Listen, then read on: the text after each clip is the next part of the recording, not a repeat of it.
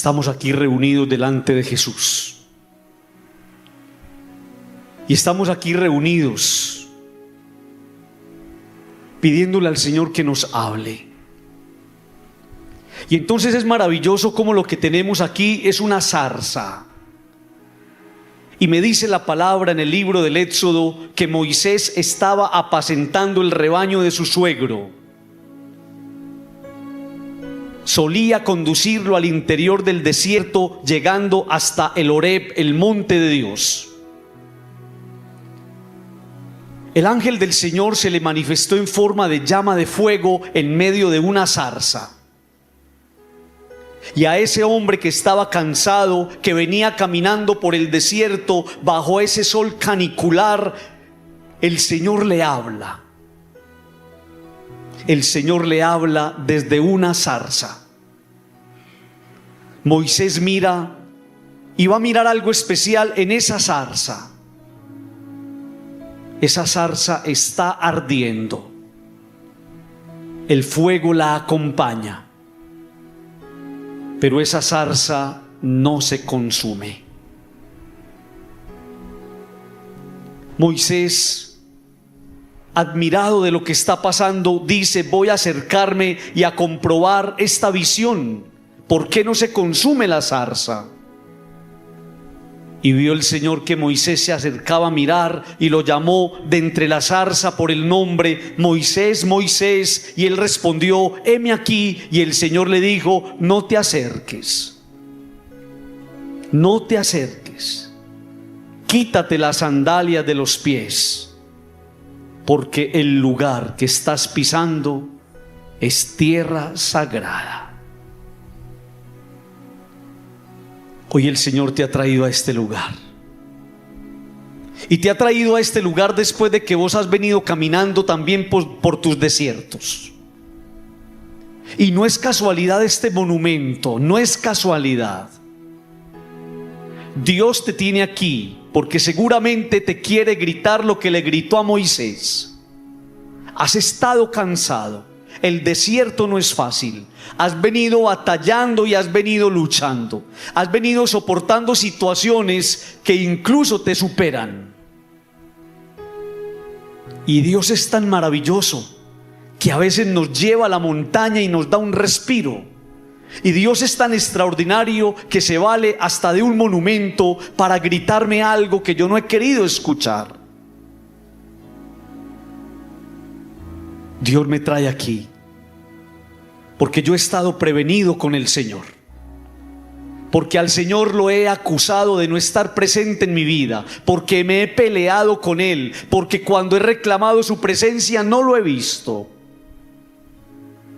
Y me trae aquí y me llama por mi nombre y me habla de una zarza, y me habla de una zarza. De una zarza que no pasa, de una zarza que no se consume, de una zarza donde Él está ahí en medio para mostrarnos que la zarza no es el matorral que vemos, que la zarza es Él, que nos llama por el nombre, que nos ha visto por el desierto renegando y reclamando. La zarza es Jesús, la zarza es Dios en medio de nosotros, pero un Dios que no pasa, un Dios que no tiene fases, un Dios que no se muda, un Dios que no es voluble, un Dios que es el mismo siempre, un Dios que no cambia. Y me trae a mí del desierto de mi vida y de ese desierto de reniegos para decirme que el problema no es Él.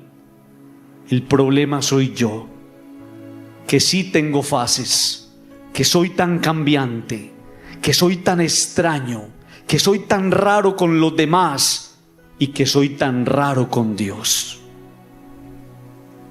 El problema no es Dios.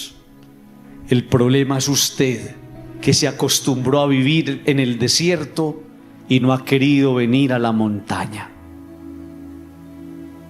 todos tenemos la experiencia o todos tenemos una zarza esperándonos, pero solamente se ve con los ojos de la fe y solamente se contempla con los ojos de Dios. ¿Cuándo vas a dejar de caminar por la arena movediza de tus temores para decir: me voy al desierto a encontrarme con mi zarza? Padre, cuando yo lo escucho hablar a usted así me da una alegría, hermano. Cuando yo lo escucho hablar a usted así, Padre, me da una emoción, porque yo quisiera también, Padre, meterme allá. Pero dígame, ¿qué hago, Padre? Yo quiero encontrarme con esa zarza para recobrar ánimos, llenarme de alegría, de fuerza y de motivación. Dígame, Padre, ¿qué hago? Y yo le voy a decir: descálcese. No entre descalzo no entre calzado a la presencia de Dios. No entre con su soberbia, no entre con sus rabias, no entre con sus caprichos, no entre con sus reclamos. Hay personas que todos los días se pelean con Dios. Hay personas que todos los días le están haciendo preguntas al Señor. Hay personas que todos los días lo están culpando a Él. Quítese los zapatos. Y cuando uno se quita los zapatos, le entra un airecito muy bueno. Y es el aire de la tranquilidad y del abandono. Es el aire de la confianza y del sosiego. Es el aire de creerle a Dios y dejar que Él sea Dios en nuestra vida. Hay una zarza que lo está esperando. Padre, yo conozco personas que antes vivían una vida de esclavitud, vivían, como usted dice, en el desierto, Padre, y ahora están metidas en Dios. Padre, ¿qué les pasó? Salieron al encuentro de su zarza. Y esa zarza está ardiendo en sus corazones. Y esa zarza se volvió a prender en los matrimonios. Y esa zarza se volvió a prender en sus familias. Y esa llamita que se estaba apagando se volvió a encender en el corazón.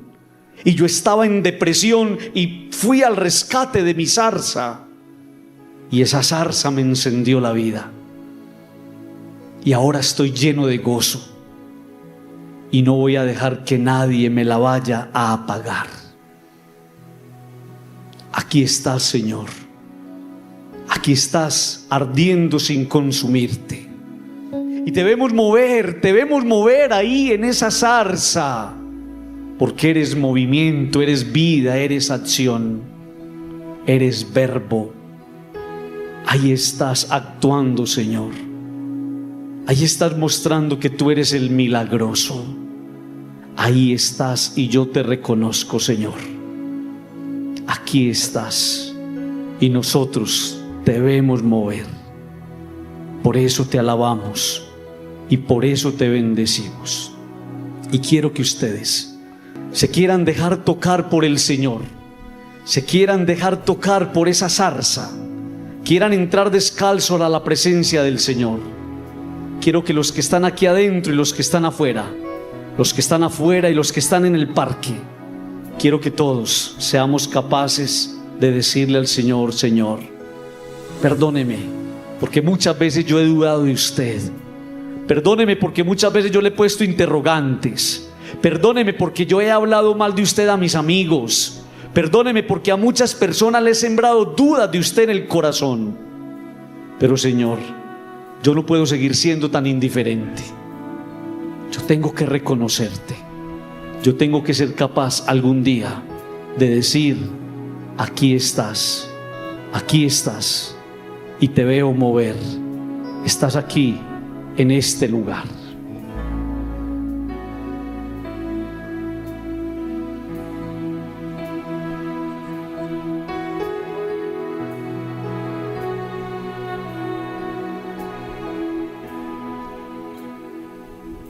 Aquí estás, te Te adoraré. Te adoraré. Dígaselo: te adoraré. Te adoraré. Aquí estás. Aquí estás, Obrando en mí. obrando en mí. Te adoraré. Te adoraré. Te adoraré. Te adoraré. Imagínense a Moisés cantándole eso al Señor: aquí estás. aquí estás, debemos mover. Te adoraré, Te adoraré, te adoraré. te adoraré. Aquí estás, Aquí estás, obrando en mí. obrando en mí. Te adoraré, Te adoraré, te adoraré. te adoraré. Oiga, qué lindo eso que decimos a continuación, lo llamamos milagroso. Milagroso, abres camino, correré. Milagroso, Milagroso, abres camino, cumples promesas, luz en tinieblas. luz en tinieblas. Mi Dios, mi Dios, así eres tú. dígale, así eres tú, así eres tú. así eres tú, así eres tú, así eres tú.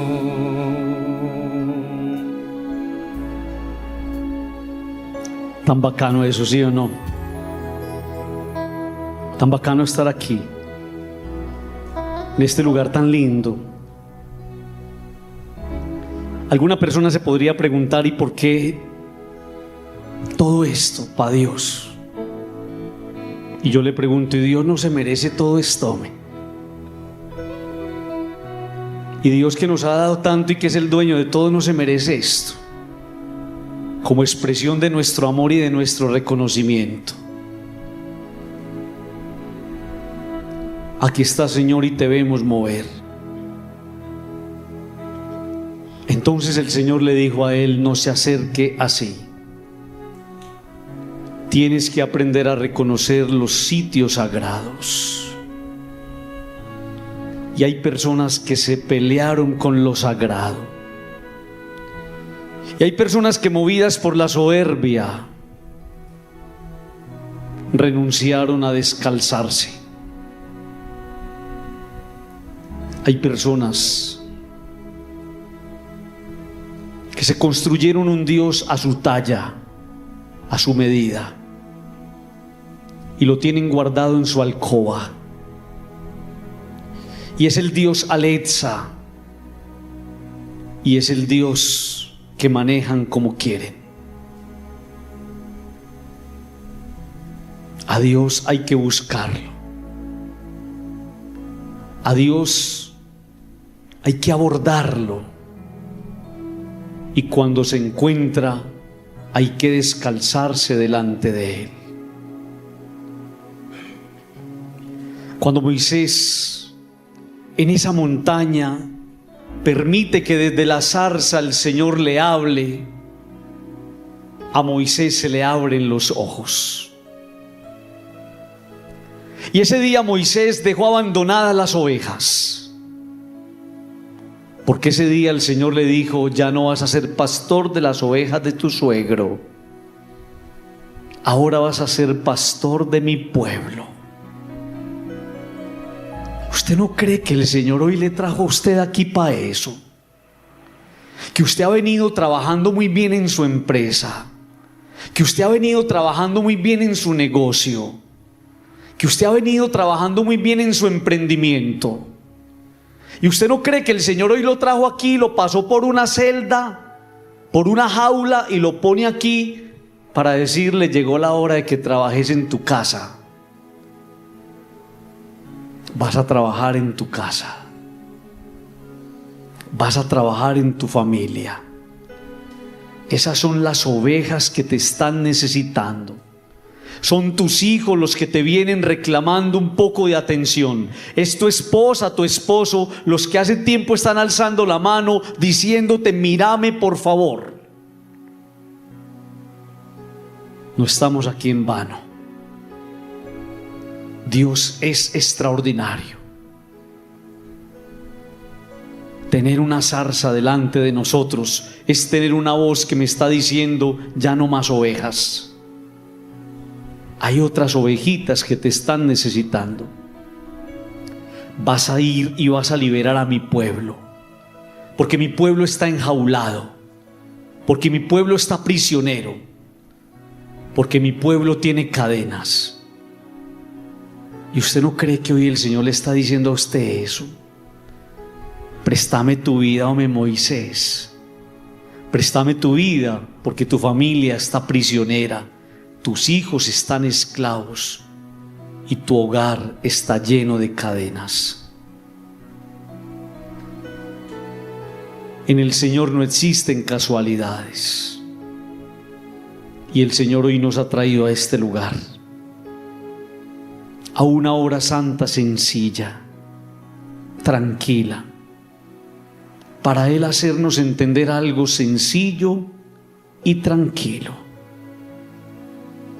Subir a la montaña, descubrir al Jesús que no pasa y no se consume cuando yo lo he acusado de pasar de largo, pedirme que me descalce porque ese es mi pecado, mi soberbia que me impide descalzarme, y escuchar del Señor, de sus labios, que hay alguien que está en prisión. Esa jaula no es la que venía ahorita en la procesión cargada por algunos, no. Esa jaula está en su casa, esa jaula está en su cuarto matrimonial, esa jaula está en el comedor donde no se volvieron a sentar, esa jaula está en la puerta de su casa, en la puerta de entrada, donde a veces entran y salen pero nunca se encuentran. Esa jaula se llama la indiferencia, esa jaula se llama el desinterés, y esa jaula se llama la falta de atención por el otro.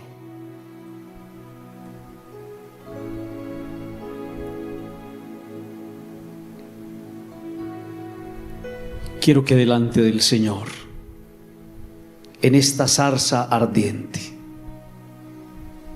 le pidamos a Dios un regalo. Y el regalo que le vamos a pedir al Señor con esta canción es que nos ayude a que nunca nos cansemos de Él, que nos ayude a entender que nos puede faltar todo en la vida. Me puede faltar todo, que me falte todo, pero que no me falte Dios, que no me falte Dios. Te puede faltar incluso hasta el trabajo, pero que no te falte el que es capaz de darte un nuevo trabajo. Te puede faltar incluso hasta la salud, pero que no te falte el que la puede restaurar. Te pueden faltar incluso todas las cosas, pero que no te falte el que te puede dar otra vez las cosas y te las puede dar nuevas. Me puede faltar todo en la vida, pero que no me falte el Jesús que arde y no se consume. Que no me falte el Dios que siempre es el mismo, ayer, hoy, siempre el mismo. Vamos a decirle todo eso al Señor. Y a lo mejor a eso nos trajo aquí, a esta parroquia, a que usted sea capaz de entender un Jueves Santo en la noche que lo que a usted le ha faltado es tomarse en serio a Dios. ¿Cuántas personas se han ido de su lado? ¿Cuántas personas se han ido de su lado? Y el único que ha permanecido es Él. Entonces digamos que me falte todo, pero que no me faltes tú, Señor.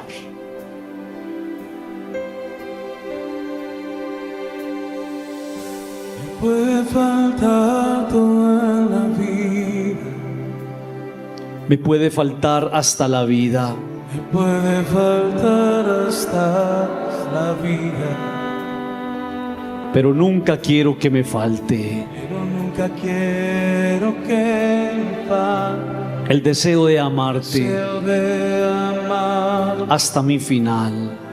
hasta el final. Y vamos a decir todos otra vez: me puede faltar todo en la vida, Me puede faltar todo en la vida, me puede faltar hasta la vida, me puede faltar hasta la vida, pero nunca quiero que me falte pero nunca quiero que el deseo de amarte deseo de amar hasta el final.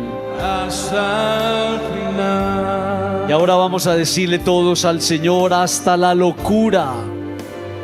Hasta la locura te amo, Señor. Ya no quedan dudas en mi corazón Ya no quedan dudas en mi corazón de que te amo, de que te amo, de que te amo, de que te amo, Señor. Señor.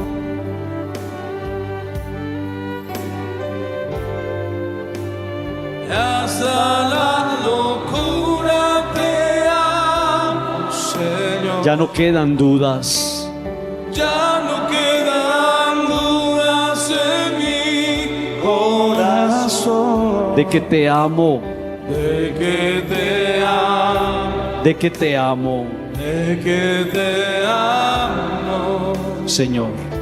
Señor.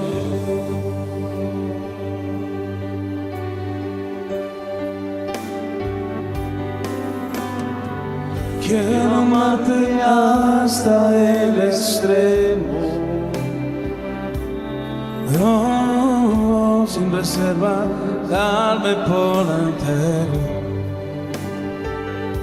Como los que se han enamorado, como los que se han enamorado.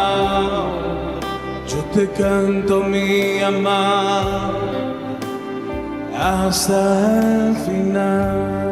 y vamos todos a decir con el corazón: hasta la locura te amo, Señor.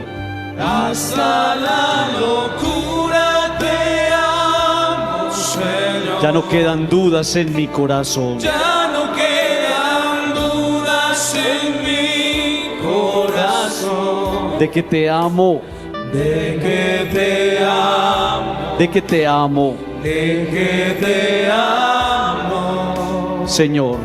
Señor. Y vamos todos a mirarlo a Él y le vamos a decir, mirándolo: hasta la locura te amo, Señor.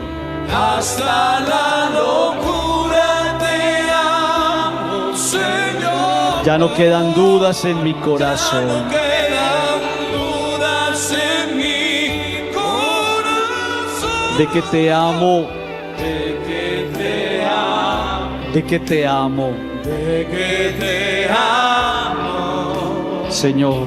Señor.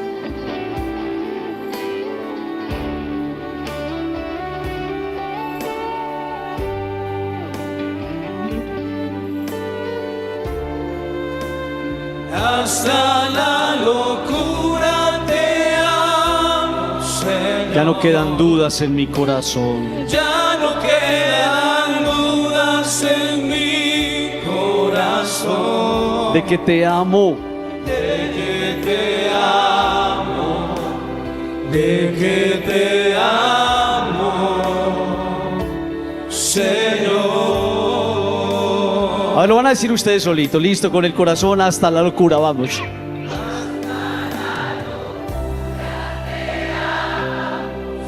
Ya no quedan dudas en mi corazón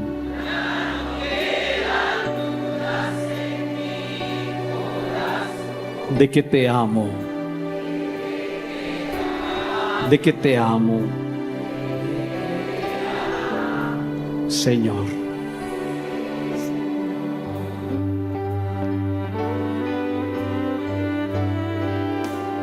Hasta la locura te amo, Señor. Ya no quedan dudas en mi corazón de que te amo, de que te amo, Señor. Moisés está en la montaña. Moisés está maravillado con esa zarza. Moisés acaba de quitarse las sandalias. Moisés acaba de escuchar del Señor la invitación a ir a liberar a su pueblo. Pero Moisés tiene miedo. Y le dice al Señor: Señor, yo soy gago.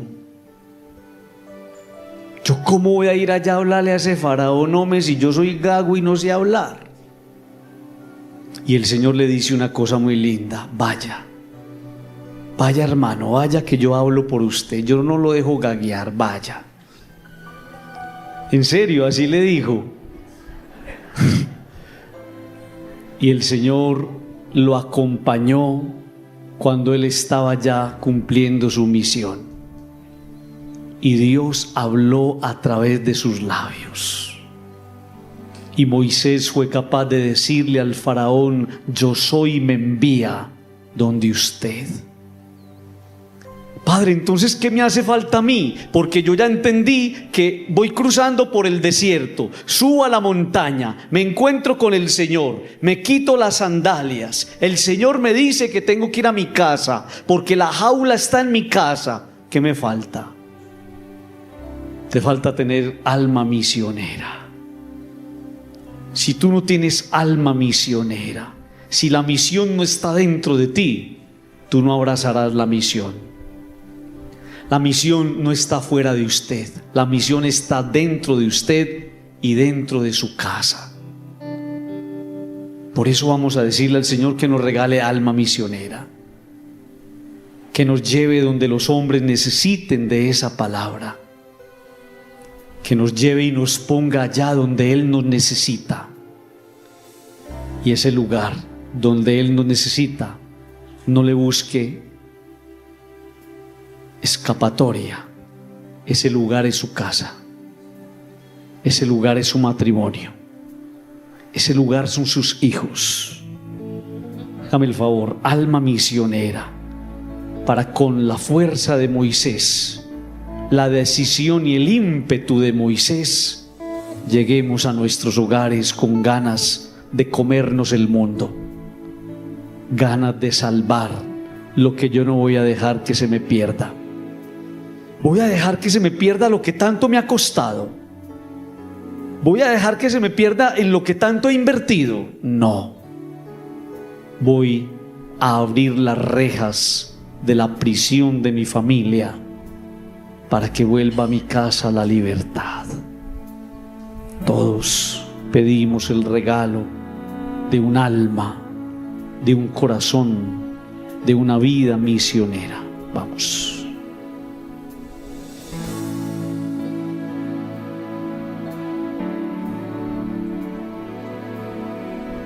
Señor, a mi vida nueva, antes de que la espera desgaste años en mí. Estoy dispuesto a lo que quieras, no importa lo que sea. Tú llámame a ser. Y vamos todos a decir: llévame donde los hombres Llévame donde los necesiten tus palabras. necesiten tus palabras. Necesita mis ganas de vivir. donde falte la esperanza, Donde falte la esperanza. donde falte la alegría. Donde falte la alegría. Simplemente por no saber de ti. Por no saber de Y vamos ti. todos a decir: llévame donde los hombres Llévame donde los hombres necesiten tus palabras. necesiten. Necesiten mis ganas de vivir. Donde falte la esperanza. Donde falte la esperanza. Donde falte la alegría. Simplemente por no saber de ti.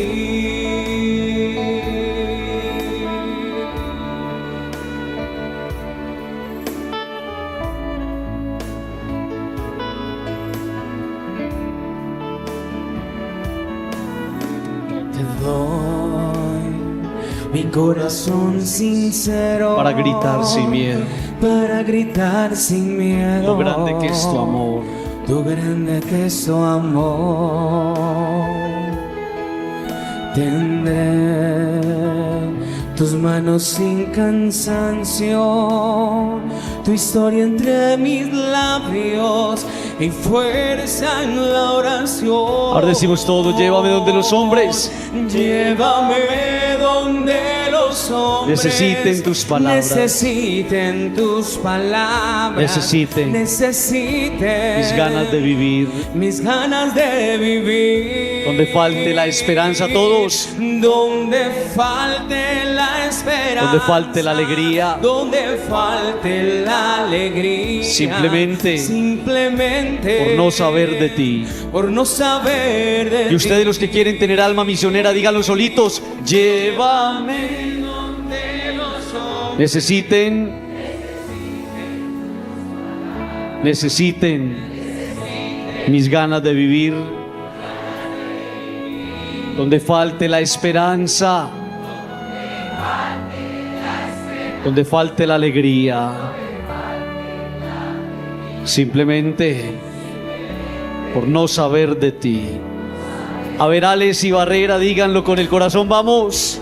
Y llévame donde los hombres necesiten tus palabras, necesiten mis ganas de vivir, y donde falte la esperanza, donde falte la alegría, simplemente por no saber de ti. Llévame donde los hombres necesitan tus palabras, necesitan mi ganas de vivir, donde falte la esperanza, donde falte la alegría, simplemente por no saber de ti. Regalémosle un fuerte aplauso al Señor. Se merece todo nuestro reconocimiento. Dios que se merece toda nuestra alegría. Moisés está donde el faraón y le acaba de decir: vea, el Señor le manda a decir esto, hermano, que libere su pueblo. Pero cuando Moisés salió de donde el faraón, se puso a caminar, y ese man iba por allá así caminando,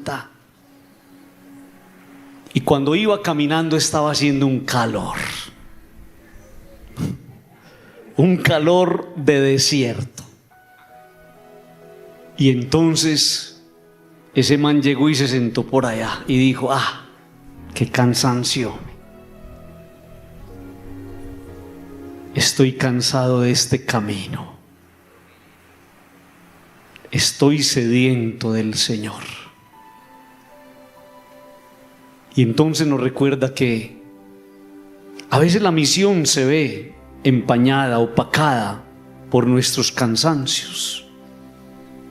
Pero cuando le decimos al Señor que estamos cansados, aparece el Señor diciendo: un momentico, no te me puedes cansar, porque te basta mi gracia, y hay un bien mayor que te está esperando. Si quieres salir de la jaula, no te puedes cansar. Si quieres sacar a los tuyos de la jaula, no te puedes fatigar. Si usted se ha sentido cansado del camino, pídale al Señor que Él sea su fuerza. Si usted se ha sentido cansado del camino, pídale al Señor que Él sea su motivación, porque muchas veces usted ha pensado que no es capaz. Todos.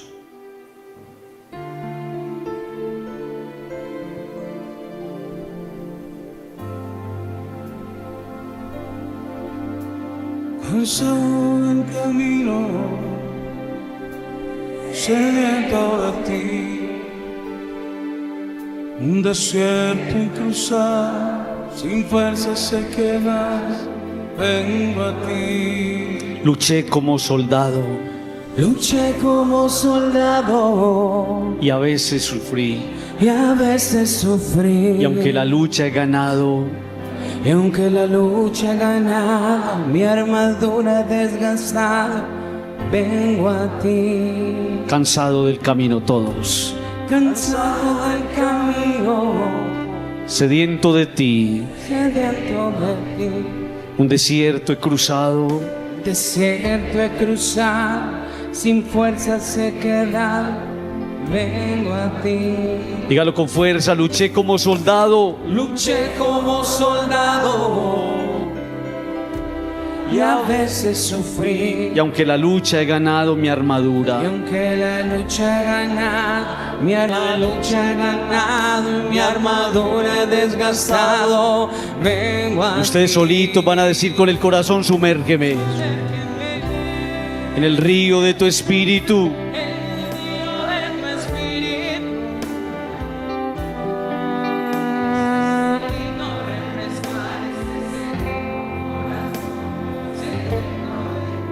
Dígalo con el corazón, sumérgeme.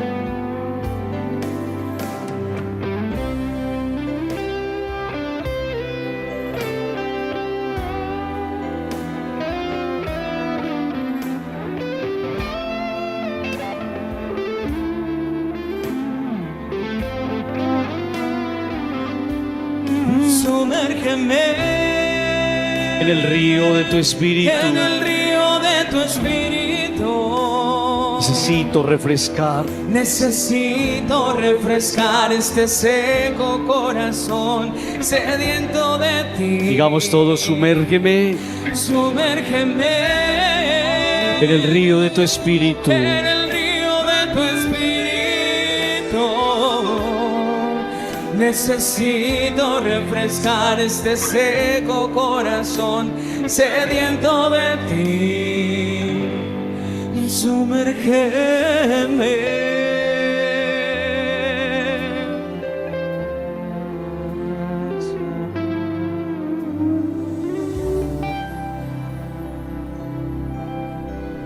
Entonces Moisés descansó un ratico, se puso a descansar un ratico y se refrescó un rato y se fue para la casa. Todo lo que estoy diciendo es verdad, no piense que el Padre está inventando cosas, eso lo dice la Biblia. Y cuando se fue para la casa, al otro día el man se levantó y dijo, tengo que ir donde el faraón otra vez. Pero cuando iba para donde el faraón, le dijo a Aarón, Aarón, venía a acompañarme, hombre, para yo no ir solo donde él. Y se fueron los dos. Y en el camino se encontraron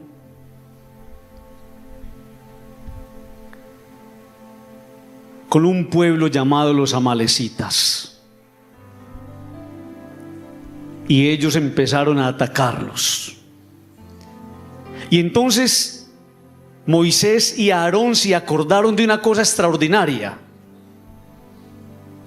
que uno frente a los problemas tiene dos salidas. La primera salida, o luchamos en Dios o nos rendimos. Por eso tan lindo cuando David sale a pelear con el gigante, le dice, vea hermano, usted viene a pelear conmigo con lanza y jabalina, pero yo voy a pelear a usted sin nada de eso, en el nombre del Señor. Y entonces Moisés estaba ya con Aarón y descubrieron una cosa maravillosa. Cuando ese ejército venía, descubrieron que cuando ellos levantaban las manos, ese ejército inmediatamente se llenaba de miedo. Y cuando ellos bajaban las manos, entendieron que eran vencidos. Cuando subían las manos se volvían en unos guerreros invencibles. Y cuando bajaban las manos les daban duro, los volvían nada. Entonces le cogieron las manos a Moisés y se la sostenían arriba para que pudieran ganar. Y aprendimos ese día una gran lección: que si quieres ganar tus batallas, si quieres vencer tus jaulas, si quieres vencer tus prisiones, si quieres escuchar la misión del Señor descalzo, si quieres discernir lo que Dios te está pidiendo, si quieres salvar lo que has sentido que es insalvable, si quieres permitirte la oportunidad que la vida te está mostrando, si quieres volver a empezar, tienes que aprender a levantar tus manos. Quiero que todos hagamos ese ejercicio. Hagamos el ejercicio que hizo también hecho Moisés. Moisés entendió que para vencer uno tiene que levantar las manos. Ahí donde estás, los que están afuera también les pido el favor de levantar sus manitos. Y en esas manos levanten sus miedos. Y en esas manos, como si estuvieran sosteniendo algo, levanten sus temores. Y en esas manos levante lo que usted siente que está perdiendo. Y en esas manos levante sus sueños y sus ideales. Y en esas manos levante su vida y su matrimonio. Y en esas manos levante lo que usted tanto ama. Y vamos todos a decir lo que seguramente decía Moisés y Aarón cuando tenían ese ejército enfrente: levanto mis manos, aunque no tenga fuerzas. Levanto mis manos, aunque tenga 1000 problemas. Todos.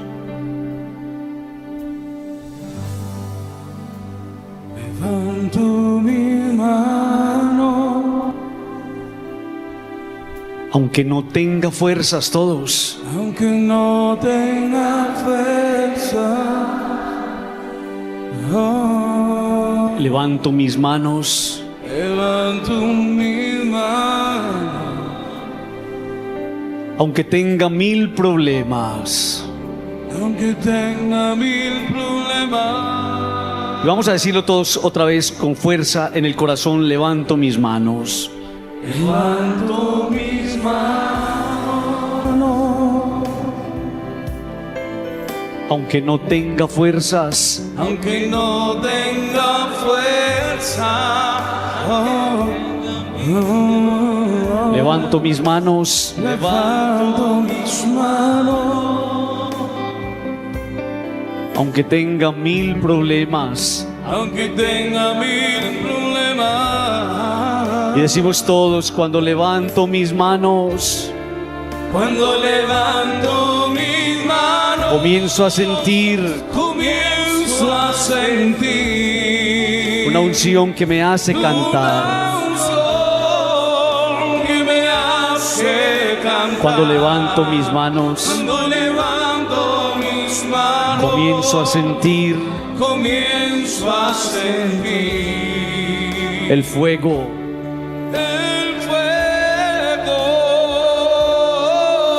Cuando levanto mis manos, mis cargas se van. Nuevas fuerzas tú me das.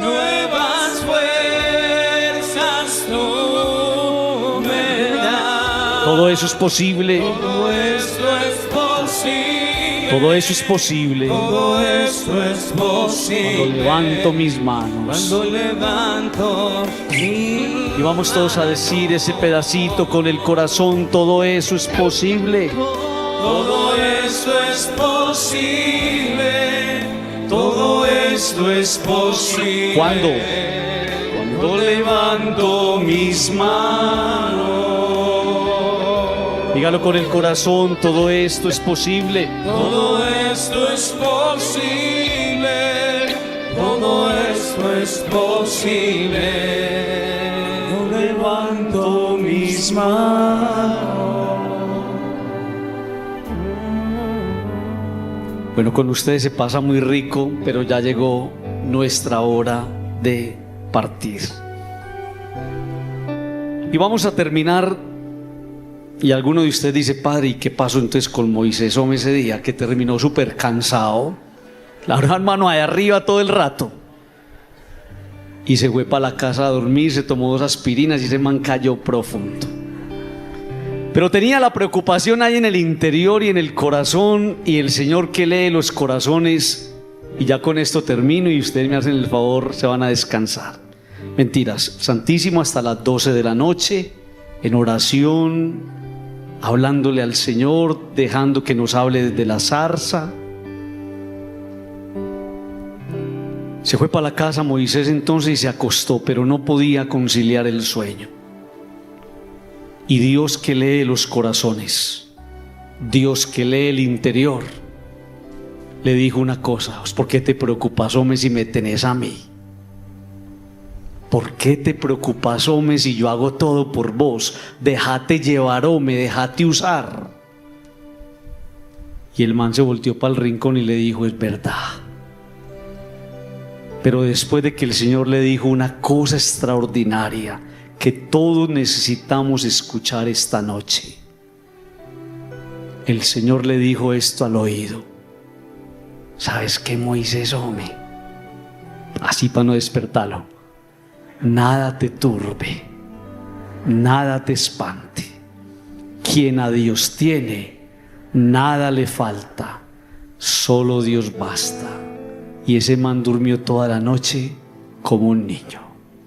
Terminemos este momento de oración cantando y dejando que el Señor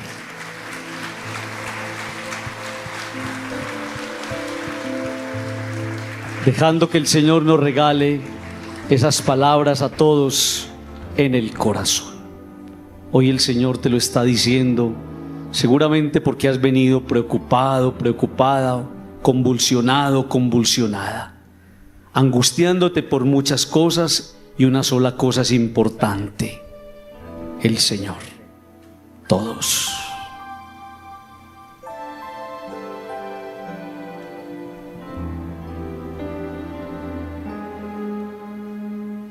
Nada te turbe, nada te espante. Nada te espante. Quien a Dios tiene, quien a Dios tiene, nada le falta, nada le falta. Nada te turbe, nada te turbe, nada te espante.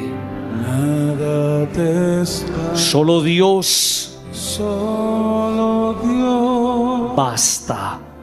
basta. Y vamos a decirlo todos convencidos de eso. Dios me está diciendo: nada me turbe, nada me espante. Quien a Dios tiene, nada le falta, solo Dios basta.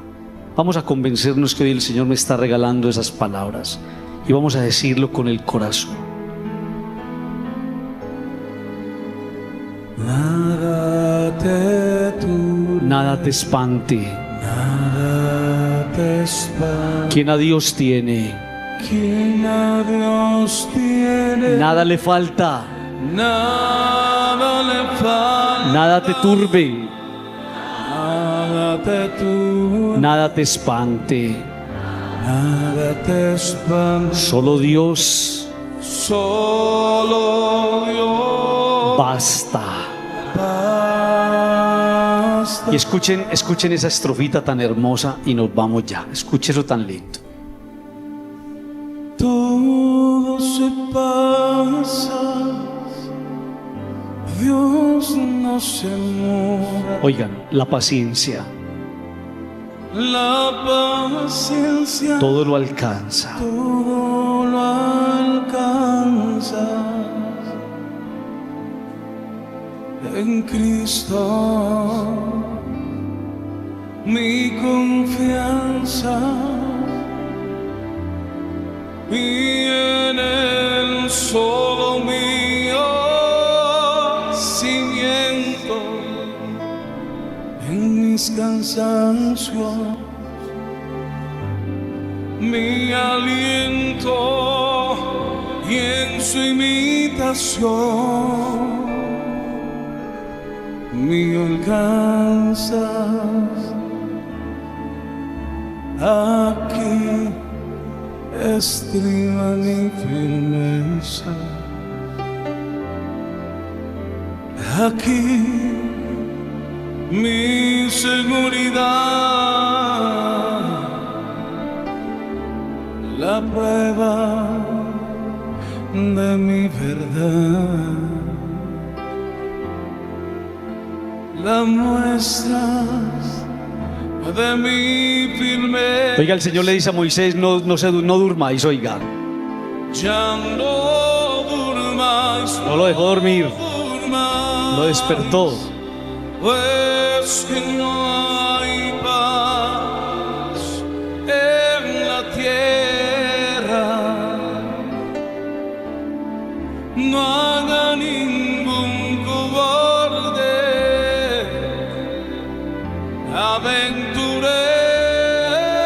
aventuremos la vida. Digamos todos, nada te turbe, nada te espante. Quien a Dios tiene, Quien a Dios tiene, nada le falta, nada le falta, nada te turbe, nada te turbe, nada te espante.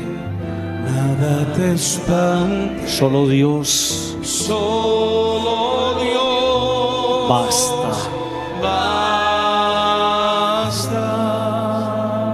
Nada te turbe, Nada te espante. nada te espante. Quien a Dios tiene, Quien a Dios tiene, nada le falta, nada le falta, nada te turbe, nada te turbe, nada te espante. oh, nada te espante. Solo Dios Solo Dios basta.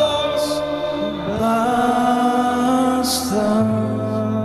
Gloria al Padre, gloria al Hijo y gloria al Espíritu Santo.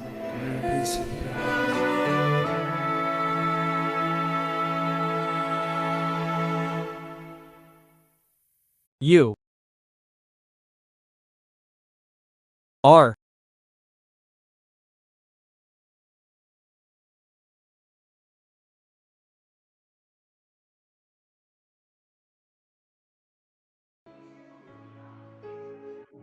going to look at that phrase, and you will immediately take it to heart. Those who can write it down will write it down, and those who can learn it will learn it. Just look at it. Read it. Meditate on it. Think about it.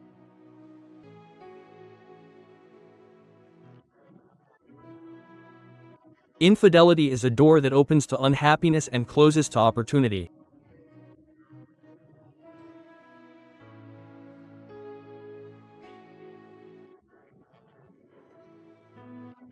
Infidelity is a door that opens to unhappiness and closes to opportunity.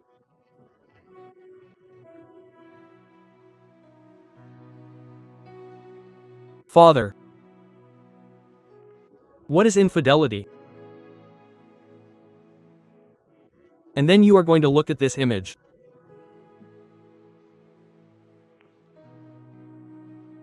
Infidelity is when you decide to go another way.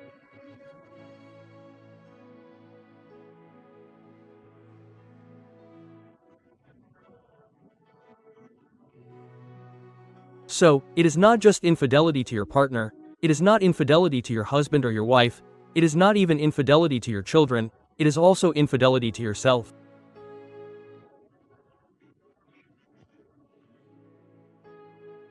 It is infidelity to God.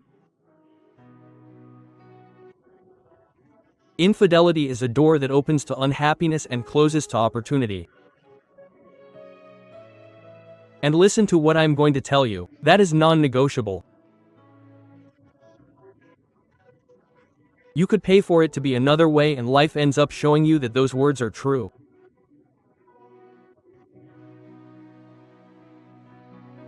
And you know it deep down. How many misfortunes have come because we are not faithful? And how many opportunities have slipped through our fingers because of our infidelities? We have gone down another path.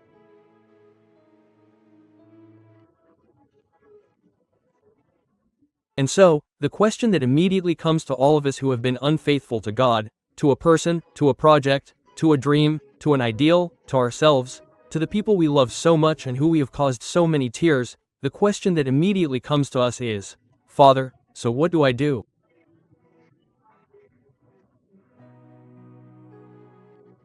The thing is that I messed up and I have seen the consequences of that, Father. Father, but you know what? Something else that is more serious, nobody knows. No one discovered me. Nobody knows. But on the big, panoramic screen in heaven, everything was seen. And everything is known. Tell me, Father, what do I do? Then, in the name of God,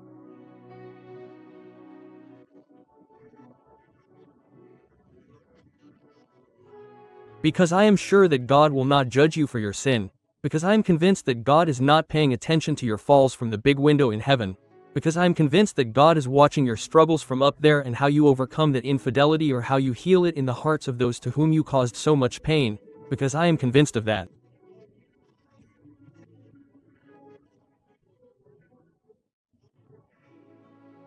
I ask you not to make any more mistakes and to learn to listen.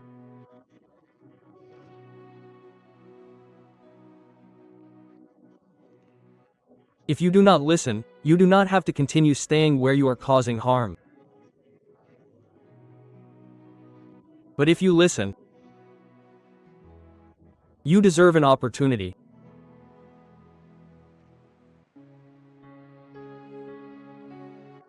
The people of Israel are in exile. The people of Israel are banished. That is infidelity. It is falling into exile. You are far from your children, you are far from your wife. Your heart is somewhere else. You are banished because you literally end up leaving your place. That is what the people of Israel are experiencing. Friends. And God's soul is hurting. So, one day the Lord is going to tell this to the prophet Jeremiah. He is going to tell him, "Go and proclaim these words to the north and say, 'Return, faithless Israel, declares the Lord.'"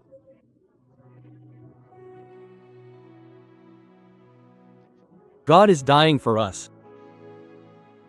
And so, look at this. Go and proclaim these words to the north.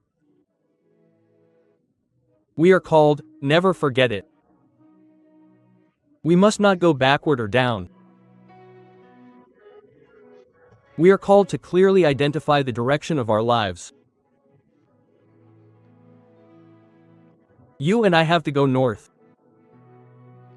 And so go north. And in the north identify your infidelities and your disloyalties.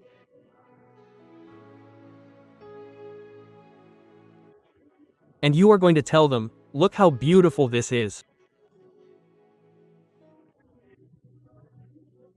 You are going to tell them to return because God has always been waiting for them.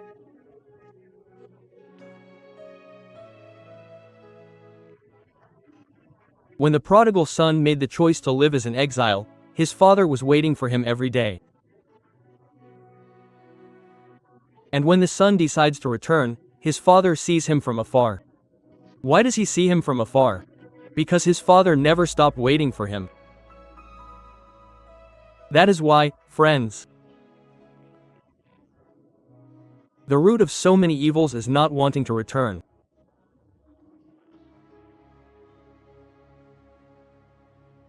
Don't miss the opportunity. The root of so many evils is to prefer continuing in infidelity. to embracing opportunity.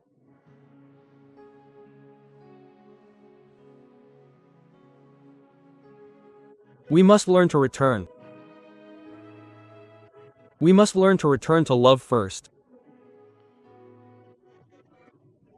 We must learn to return to those beautiful origins of ethical principles.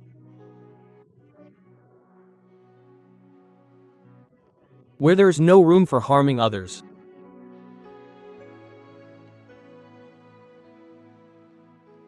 It is God who calls. And it is God who puts himself before what is his to rescue it.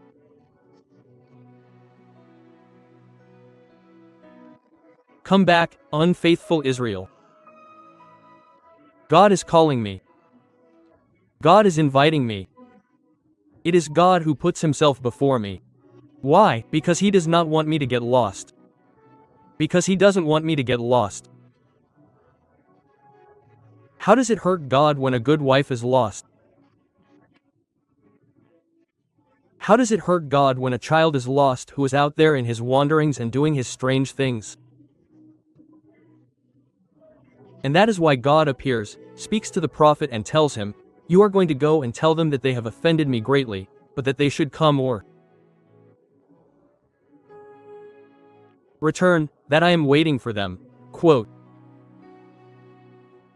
And look, friends, how beautiful it is that God says through the prophet, "I will not look at you with anger.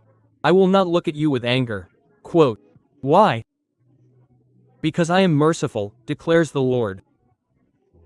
Please listen to this. God is not angry with you for what you did. No, God is not angry with you. Why, Father? Because God's gaze is different from that of men. You and I have a memory for those who have hurt us. On the other hand, God is forgetful. And that favors us. Can you imagine where God would remember everything? That's why, dear friends, I ask myself, what is mercy? And look how beautiful it is. God's mercy is an open door waiting for the arrival of his children. How beautiful, my friend. I mean, Father, God is not angry with me. No, it's easier for you to get angry with my friend. God is not angry with you. Because God does not act like we do. God is mercy. He is a large and open door that is waiting for you.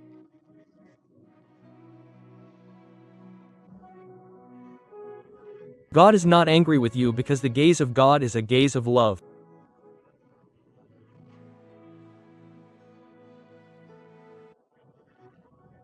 The Lord says through the prophet, "I will not hold a grudge forever. I only ask you for one favor. Acknowledge your iniquity." I ask, what is resentment? And you answer, resentment is the memory of pain. That is why it cannot exist in God. So, what does exist in God? Pain, but not with memory. Because if pain existed in God with memory, God would be resentful like us. Don't you think that's very nice? What a beautiful thing, man. Resentment is the memory of pain. That's why you and I live so hurt, so carried away, so turned away, nothing. But in God that doesn't exist. Why? Because he has no memory. In God there is pain without memory.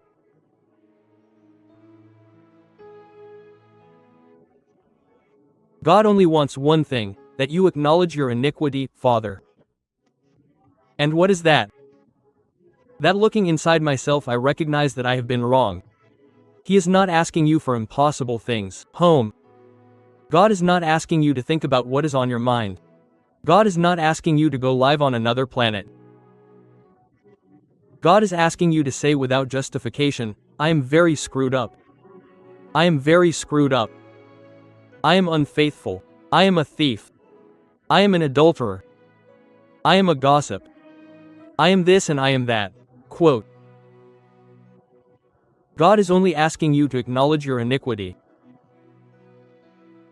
That is why, look how special it is. Accepting a mistake will always be the beginning of a new stage in life. When does the transformation of a person's life begin? When they accept it. When does the transformation of a person's life begin? When they recognize that they were wrong. Then, at that moment, they opened the door. For what? So that a beautiful process of liberation and healing could begin. But we do not want to accept our iniquity. And the Lord begins by saying, acknowledge your iniquity. Why, Lord? So that you may let me in, my friend. Why, Lord? So that you may tell me what you want. Why, Lord? So that you may put yourself in my hands like clay. But acknowledge your error, you.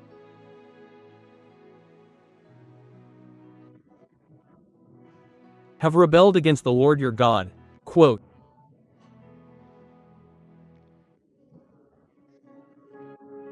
Jeremiah goes north and tells the men in exile, you have rebelled against God.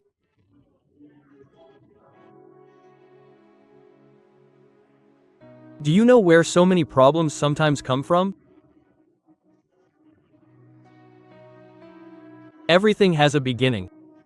People who tell you, I don't know what's wrong with me, are telling you lies. One does know, and sometimes it is a wonderful thing to learn to identify that beginning. Sometimes my life is a life out of balance because I have not been able to recognize that I rose up against God.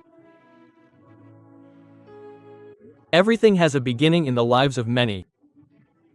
That beginning was the day you rose up against God, the day you abandoned God, the day you let go of the Lord's hand. That's where it began, that's where it was.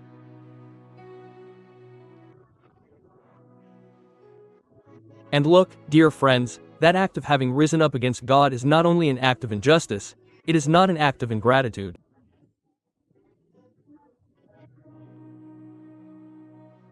And do you know when ingratitude comes into a person's life? When the person loses their memory. The forgetful person is ungrateful because they have forgotten what the other person did for them.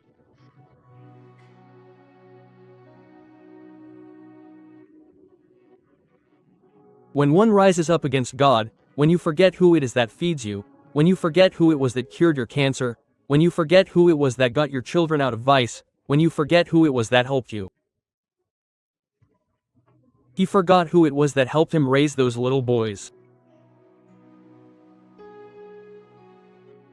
One rises up against God when he loses the memory of a God who is wonderful. So, Jeremiah, in the name of God, is going to tell them, you frequented strangers under every leafy tree. You frequented strangers under every leafy tree. What is Jeremiah telling you? You were unfaithful. You changed God, you looked away, you negotiated your place. Your place was not outside. Therefore, look at this, dear friends. You ran the risk of living outside as foreigners, renouncing what you had inside. How many of us live like foreigners? We prefer to live the things of the outside, risking going through life without God, renouncing living what is inside. And that is what the Lord is telling this people through the prophet. You preferred to live like foreigners.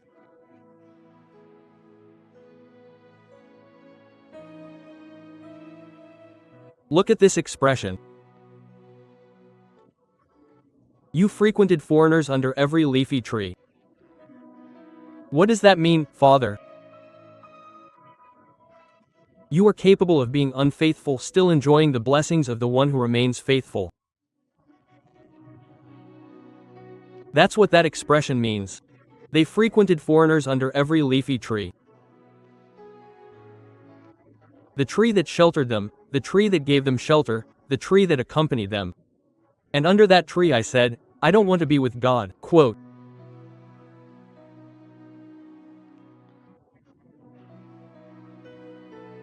The word says, you have not obeyed my voice, declares the Lord.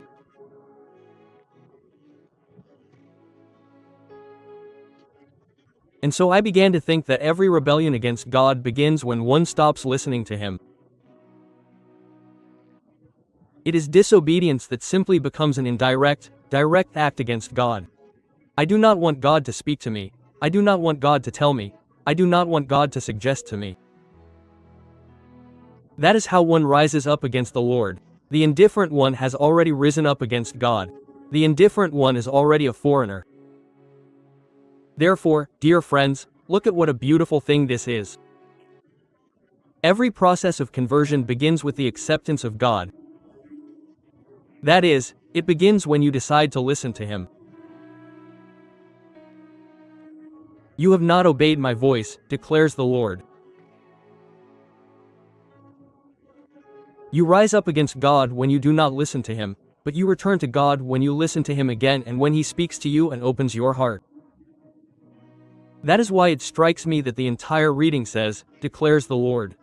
Quote, why? Because God declares that your pain and anguish are rooted in that attitude. What attitude, Father? Not listening.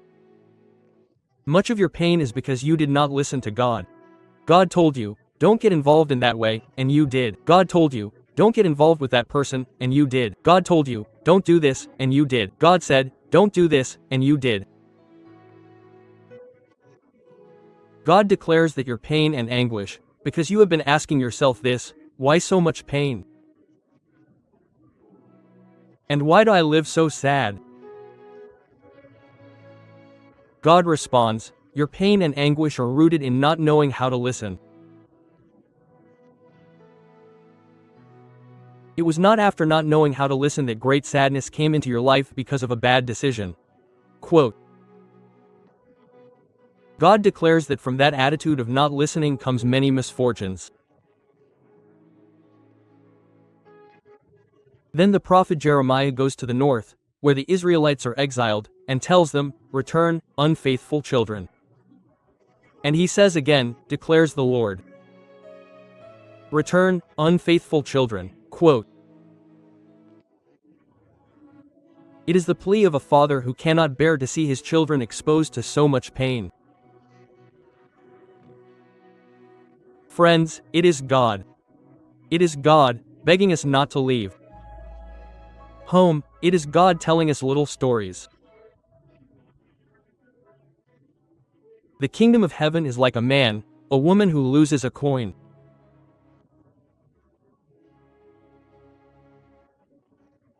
And sweeps everything and looks for it, and when he finds it, he celebrates. And the kingdom of heaven is like a man who is capable of leaving 99 sheep to go look for one that is lost. And the kingdom of heaven is like a son who demands his inheritance from his father and goes and squanders it. But when the son returns, he celebrates, God dies for you. It is the plea of a father who cannot bear to see his children exposed to so much pain. That is why, dear friends, you might be thinking there, Father, what you are saying I have lived it, home. And now I understand why, Father, so many things in my life do not work as I would like. Tell me, Father, what do I do? I have closed the door. So, let me do it, I answer. The key that sometimes unties what was broken is called returning. Something broke, Father, how do I fix it? By returning. Something was damaged, how do I fix it? By returning. The key that unties, that breaks. That seems to fix what was damaged, is called returning. Return to God. That is the key that opens everything. You left, God is not going to reproach you for leaving. You left, God is going to reproach you for not returning, because that is the root of your pain and anguish. God declares that if you return, you will be blessed. Return, unfaithful children, declares the Lord. God declares that if you return to Him, you will be blessed. Father, this issue of infidelity is very difficult, man. But what is infidelity? I have experienced infidelity in my marriage, Father, and I have experienced it in my courtship, Father. And the wounds that I have opened in my life are because of what those people experience with God. How would I suffer, Father God?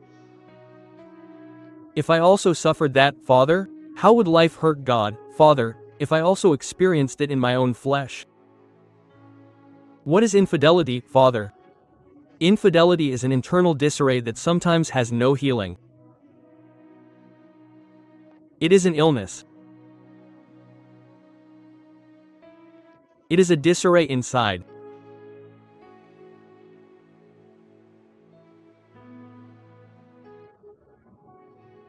Look, friends, at this, and I ask you to understand it, because if you understand it, you will know what to do at certain times.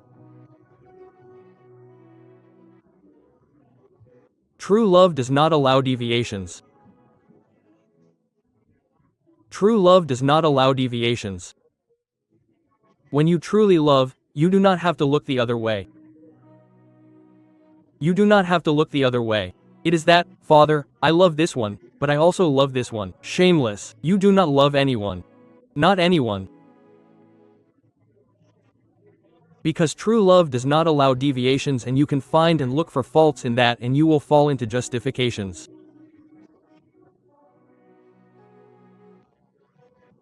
But true love will never allow you to look the other way. True love knows what it wants and where it wants it. Wants. It's with you and here, not there. It's with you and here. How do you understand that?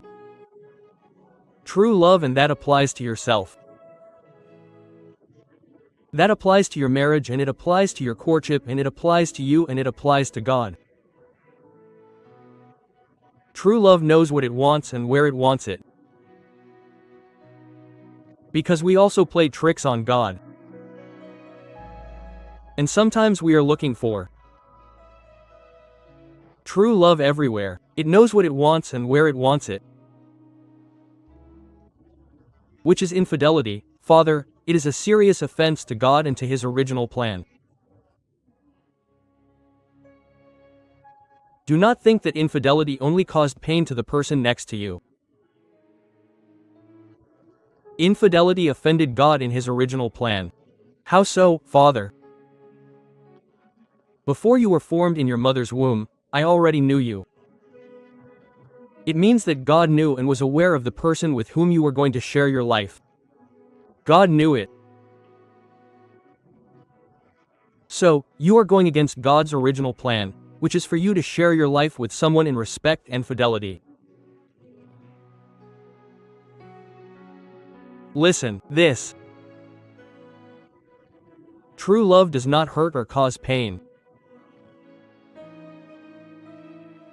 Recognize true love. True love does not hurt. True love does not humiliate. True love does not alienate. True love does not subjugate. True love does not embarrass. True love does not bring up things from the past. True love does not air dirty laundry. True love does not make you cry. True love caresses. True love lifts up and dignifies. True love knows how to say I love you. True love sees beauty even in this ugliness. It is true love, but it does not hurt or cause pain. I will finish. The prophet Jeremiah tells the people that the Lord commands them to tell them to come because I am your owner. Father, give me a reason to return, because you are not even the owner of your own life. Stop being shameless. You have managed your life as you please. You have even wanted to take it away. You have cut off your hands. You put at risk your life that does not belong to you.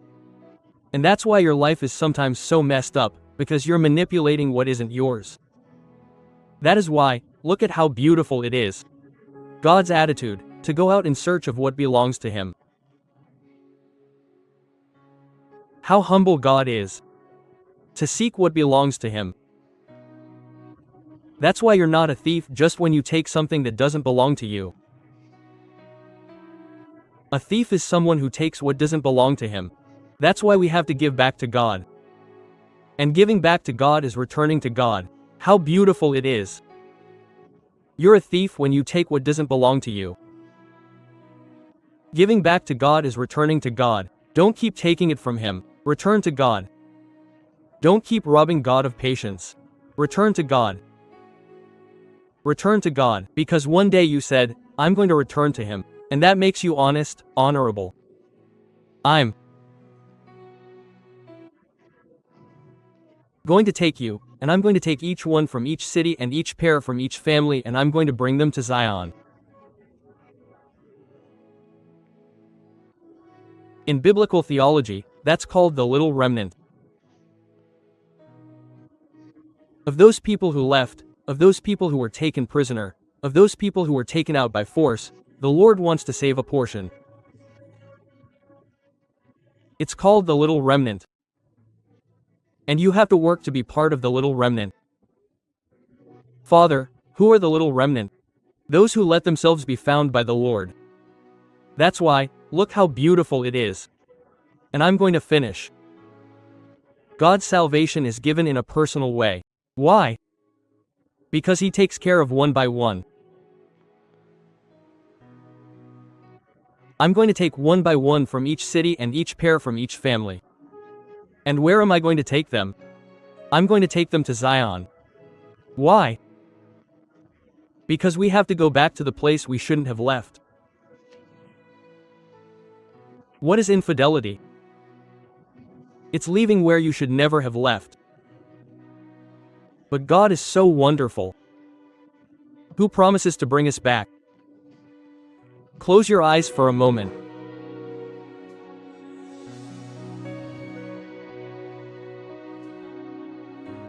If you listen, God will restore you. If you listen, God will restore the damage you did. If you listen, God will restore your heart. If you listen, God will bring you back from where you left. If you listen, you will have peace again. And if you listen, God will take you and heal you. But if you do not listen, you will perish in your pride and arrogance.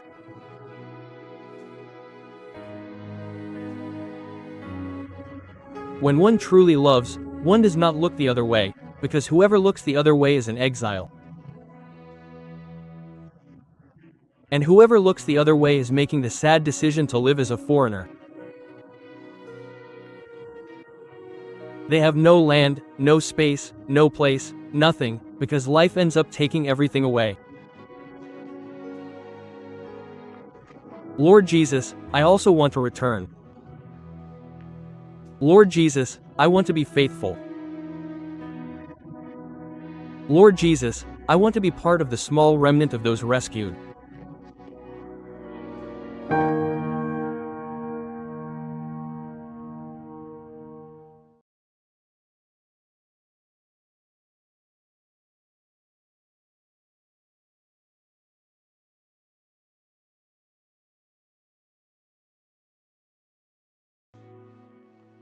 I want to invite you, dear friends, to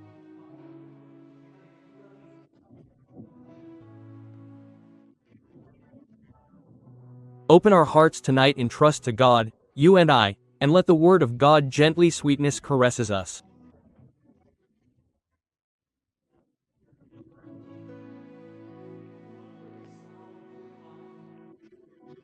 I know many people whose lives are hurting right now. I know people whose lives have never been the same. People who wake up crying and go to bed crying. People who don't live, but survive.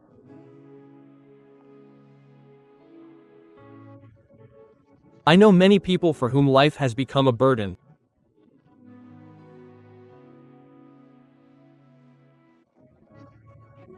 People who long along the way for light, for an answer, and ask heaven what is happening, and sometimes heaven remains silent.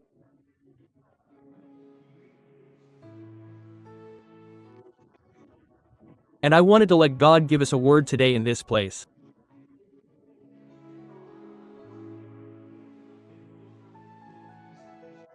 The text we just heard shows us a man named Elias who is going through a situation called depression.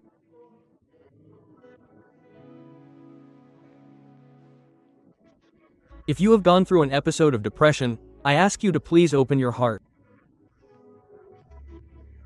And if you haven't, I ask you to please open your heart and mind so that you never open the door to this illness.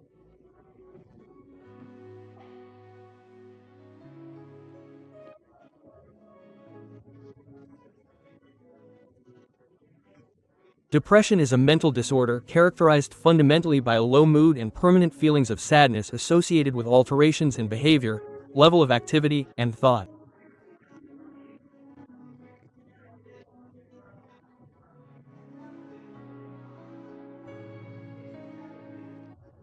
Elias is depressed.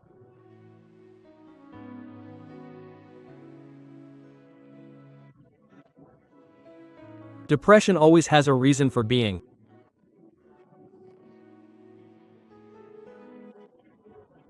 And I want to say that because many people who are going through an episode of depression enter into the dynamics of denial. That can't happen to me. And they start to justify what they have to call by its proper name.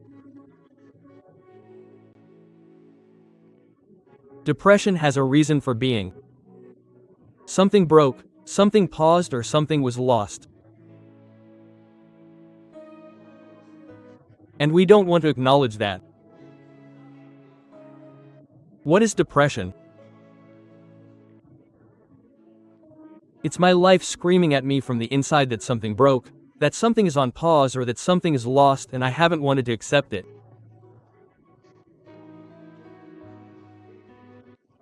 And that's why, dear friends, there's so much pain.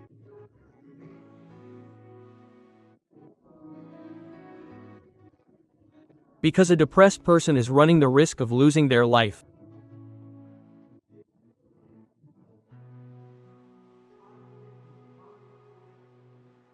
Father. So, what should be done, friends?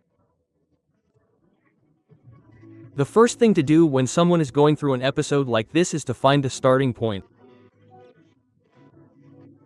You have to identify where my anguish is coming from. You have to identify where I'm coming from when I'm so anguished, so sad, so desperate. You have to identify where my tears are coming from. Elias is depressed. He has just fought a war, a battle with the 450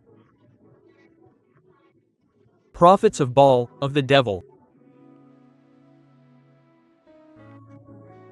They say that their God with a small letter is the true God. And Elijah, who is the only prophet left, says, the true God is the God of Israel. So, come on, let's make a bet, let's kill some rams, let's kill some animals, we'll put them on firewood, you start calling on your God, and if God comes down and sets them on fire, that's the true God, and then I will too.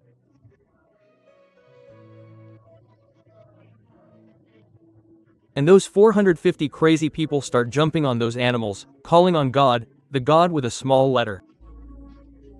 Evening fell and God didn't show up. So Elijah, the prophet of God, calls on the Most High God. And God, who is merciful, sends fire on this sacrifice.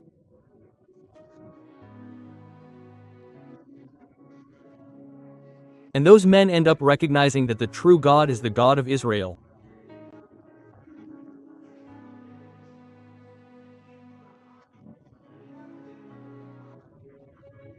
Atabel, who was a real witch, gets angry and tells her husband, "Tomorrow, by this time, that prophet will no longer be here. We'll get him out of the way." And when the prophet realizes this, his heart is filled with anguish. Why, Father?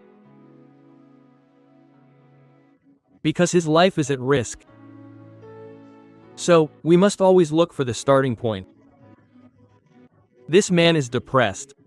Why, Father? Because he is a man of faith who puts God above all else, and that will always bring problems. Where does his depression come from? It comes from feeling that he has provoked those who only have human power as a support.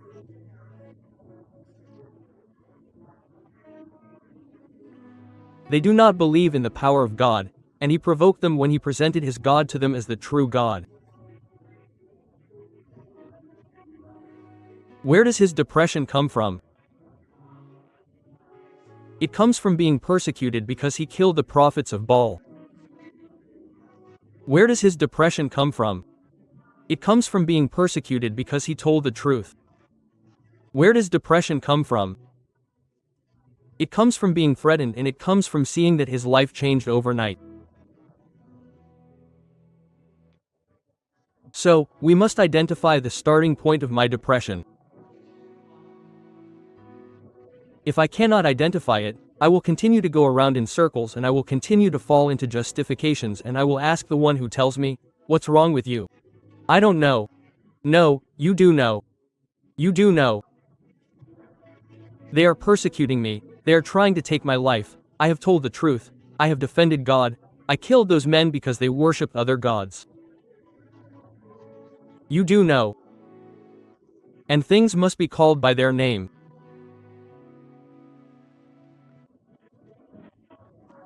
But this text is extraordinary because it tells us how Elijah walked through the desert all day and sat down under a tree, and there he wished for death and said to himself, "That's enough, Yahweh, take my life, for I am going to die like my fathers."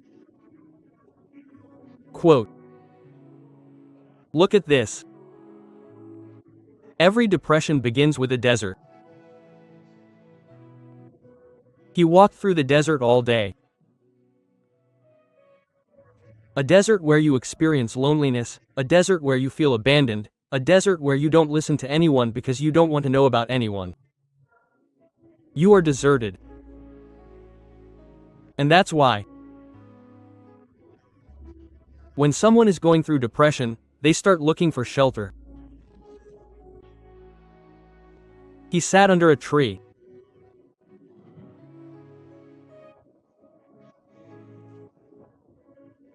And sometimes you lock yourself in your room and don't open the door to anyone, and sometimes you isolate yourself and marginalize yourself from others, and you end up taking refuge in alcohol, and you end up taking refuge in pornography, and you end up taking refuge in your anguish, and you end up taking refuge in vice, and you end up taking refuge in your selfishness and in your arrogance.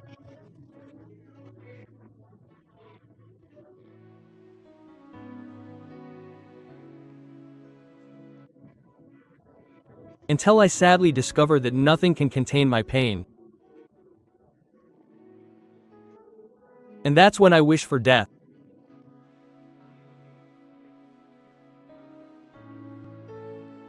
I'm going to die like my parents. The text says,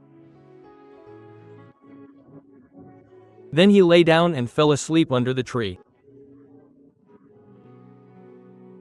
How come, Father, that he fell asleep? Yes, he fell asleep to stop time. He falls asleep to ignore reality. He falls asleep so as not to feel life, he falls asleep to pause the pain. I sleep, Father, so as not to realize what is happening. I sleep, Father, so as not to worry about my debts. I sleep, Father, so as not to think about that infidelity that caused me so many tears. I sleep, Father. And when you are sleeping, you are fattening up the depression. But it is a very beautiful thing that happens to this depressed man. An angel came and touched him, and woke him up saying, get up and eat. Quote, what a beautiful thing.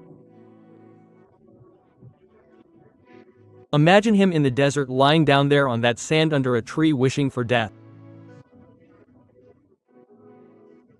And an angel comes, touches him, wakes him up and says, get up and eat. The only thing that can help you in a depression is the arrival of an angel.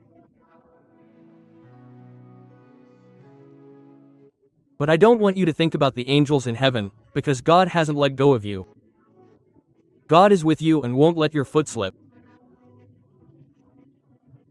Sometimes what you need is an angel from earth to hug you, to kiss you, to remind you that you are important, to make you feel like a wonderful person.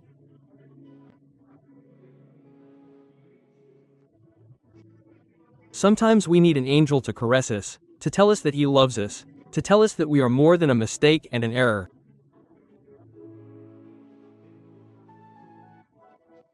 How many people, dear friends, have died depressed? Because there was no angel who arrived in time to bandage their wounds, to give them water in the middle of their thirsty nights, to tell them, count on me in your solitude. Quote, quote. Sometimes we need an angel to touch us, to make us feel alive, to make us feel that he is with us and to wake us up from this lethargy.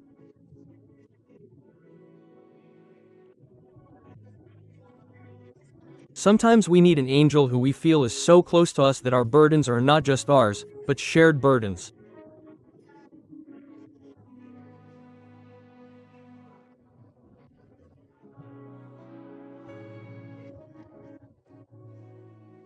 Sometimes we need an angel to wake us up, to help us open our eyes, to make us see our mistakes, our errors, but above all to wake me up to see the long road that awaits me of blessing and prosperity, if I am able to overcome this trial, this crisis and this sadness.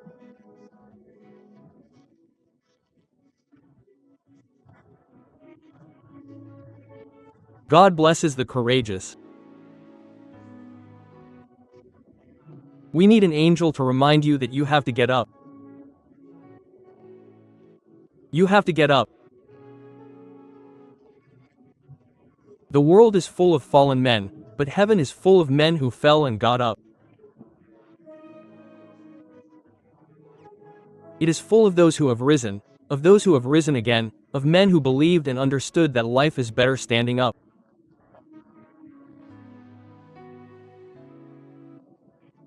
You need an angel to tell you what you should eat.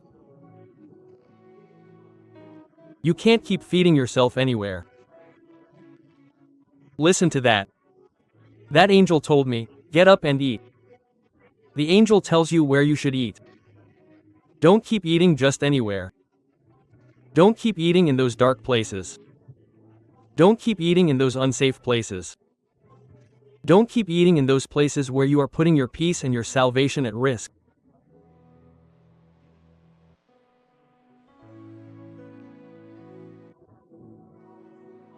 Elijah looked and saw at his head a loaf of bread baked on hot stones and a jug of water. After he ate and drank, he lay down again. Imagine yourselves in the desert and a small loaf of bread appears on some hot stones with a jug of water. Father, what is that? It is God making us understand that food is provided by God. It comes to us from God. The answer is in God, the help is in God. In my weakness, it is the Lord who sustains me. Therefore, never forget in your anguish, in your sadness and in your depression, that the only thing that will heal you is the Eucharist. That image of water and bread is a prefiguration of the Eucharist, and it seems as if the Lord were telling you, return to the Eucharist and you will be healed. Quote, excuse me, psychologists and therapists whom I love so much, but depression is not cured by therapy. Depression is cured by the Lord when He gives us meaning back to life. That bread and that food are the Eucharist. And it is wonderful how God provides his part and is asking you to provide the rest. That is why it is incomprehensible how after eating he went back to bed. We have to overcome the temptation of defeat. In your anguish and your sadness and your tears and your sleepless nights and your depression, you cannot let yourself be defeated. He went back to bed. But look at this wonderful story. For the second time, the angel of Yahweh woke him up saying, "Get up and eat, or the journey will be too long for you." And listen to this, please. You are denying yourself the opportunity to have peace. You are denying yourself the opportunity to live a normal life. You can even be denying yourself the opportunity to live, and from God there will always be a second chance. A second time. A second time. If you provoke God and you challenge God and you rise up against God, and God doesn't care, because for the second time and the third time and the fourth time he is able to continue looking for you.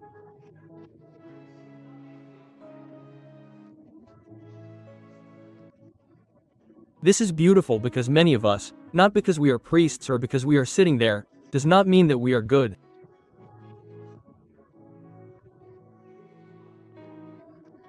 Many of us are children of a second chance. That is why we must understand this clue. Father, tell me, what do I do? Sometimes I feel so desperate. Sometimes I feel so anguished. Sometimes I feel so sad. Tell me, Father, what do I do? Receive the clue that the Lord sends you. The Eucharist puts you on your feet. Stand up and eat. The Eucharist puts us on our feet. I have realized that. I have come many times, sometimes celebrating the Eucharist, anguished and sad and with my soul weeping, and God has lifted me up. The Eucharist lifts one up. Look, get up and eat. You can't forget that clue. You're depressed. Seek the Eucharist. Do you know why? Because the Eucharist is not a piece of a wafer. The Eucharist is not a piece of bread. The Eucharist is a man named Jesus. And without Jesus the road is longer.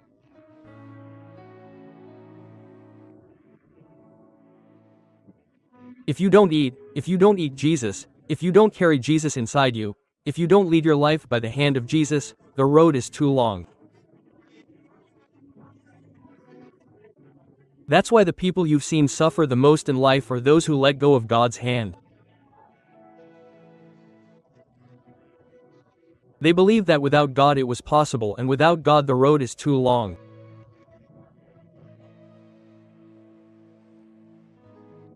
So he got up to eat and drink. Listen. And with the strength that that food gave him, he walked 40 days and 40 nights until he reached the hill of God. Prayer is needed in anguish, in sadness, in depression. Do not close your ears, open your ears. An attitude of obedience to God is needed. Obey the Lord. Stop being capricious. Stop doing whatever you want and start doing what God is showing you.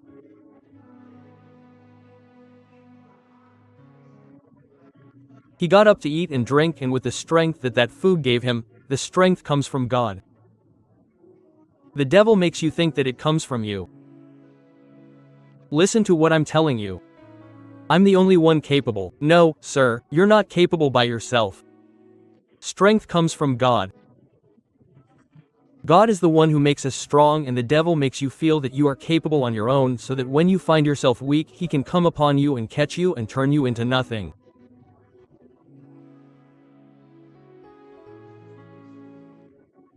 With the strength of that food he walked for 40 days. And then I remember that 40 equals life. In the Bible, 40 is life. What does that mean?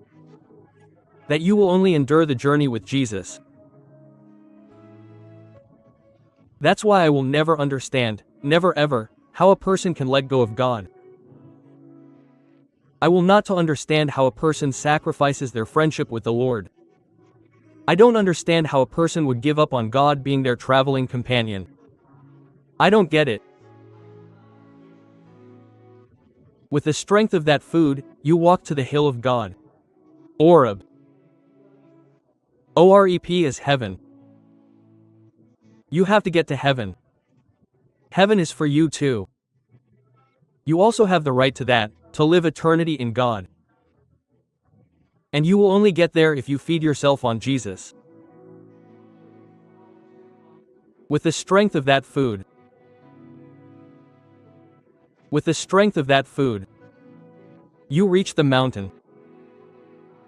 Jesus is the way.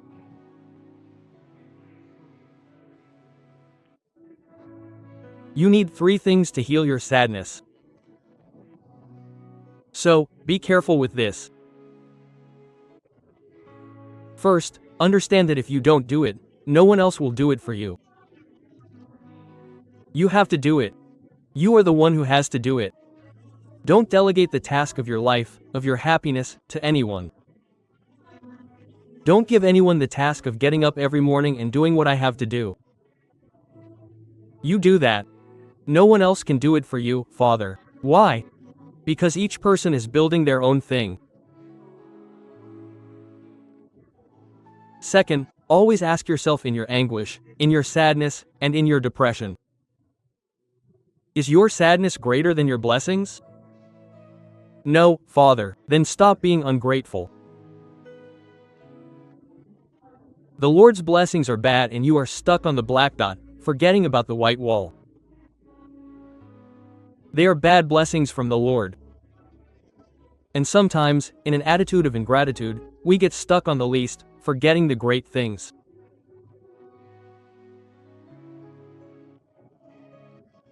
Third, I ask you, are you one of those who managed to get out of their depression?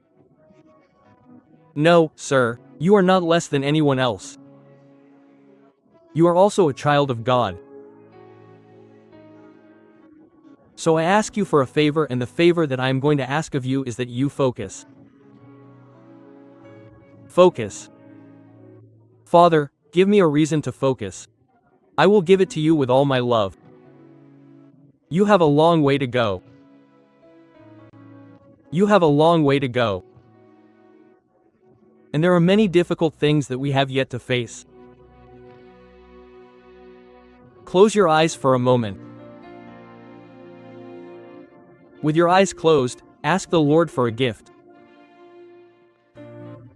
You are going to ask the Lord for the gift of inner healing. You are going to ask the Lord for the gift of peace that you need so much. You are going to ask the Lord to restore what was broken in you. Was it paused or lost? You are going to ask the Lord for the grace to fix what has been ruined in history. You are going to ask the Lord for a blessing for you and your loved ones. Ask the Lord that your days may return to normal and that your dawns may be peaceful. Ask the Lord that in your darkness your life may once again be filled with light. And that is why I am going to ask you for a favor. That today we may feel that we are the Elijahs, those whose lives are hurting, but whom the Lord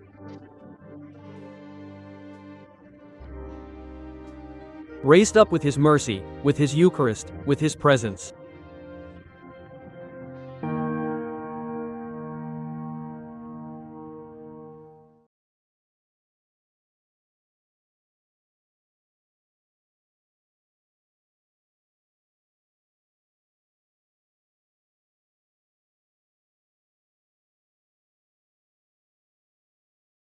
When someone first mentioned an illness to us, we thought that everyone else would get sick, but never that the illness would be so close to us. But not only physical illness, but also illness of the soul.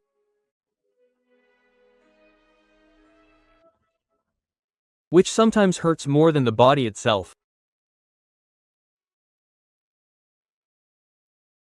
And that is why I wanted to choose this text from the book of Tobit. And so that you can understand the text, I am going to put it in context.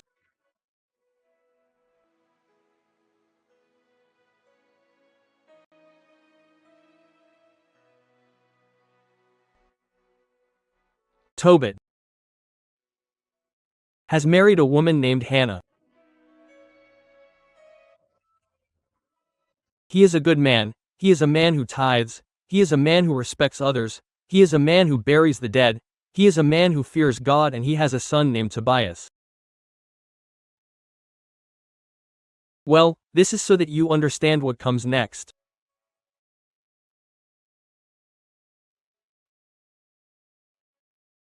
One day, and the Bible says in the text of Pentecost, they were celebrating Pentecost, Tobit said to his son Tobias, "Go out into the street, and if you see an Israelite around who is hungry, tell him to come and eat with us." And so Tobias went out, then returned and said to him, "Dad, I saw in the street that a man has been murdered."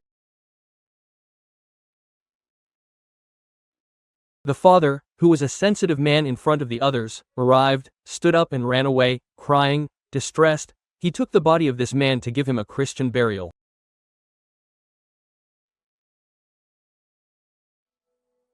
The people began to make fun of him.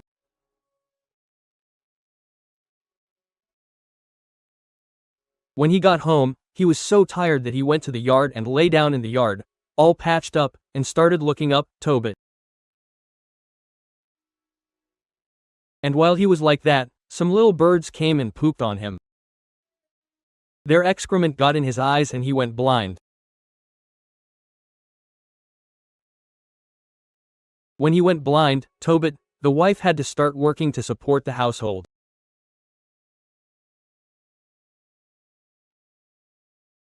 One day the wife did a good job, like she made a dress for a man and paid him extra, and on top of that she gave him a kid.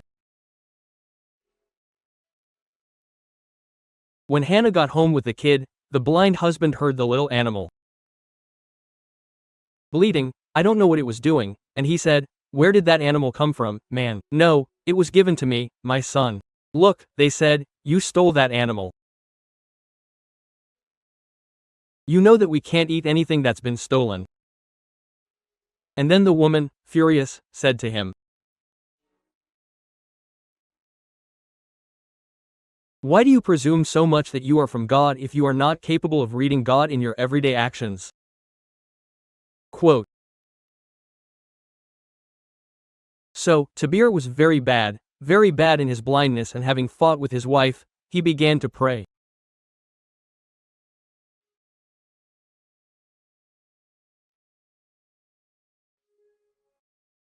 Blindly and in his anguish he said to the Lord, deeply afflicted, he said, "I am sick." I began to cry and began to pray among the sick.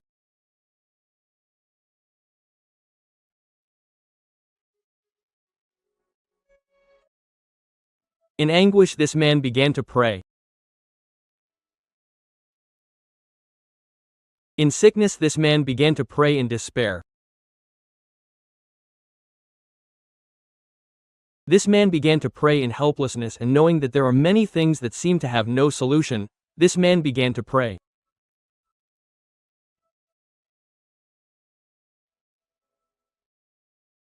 If you take the book of Tobit, it says, that same day. The same day. While there is a sick person there, here is another person with another affliction.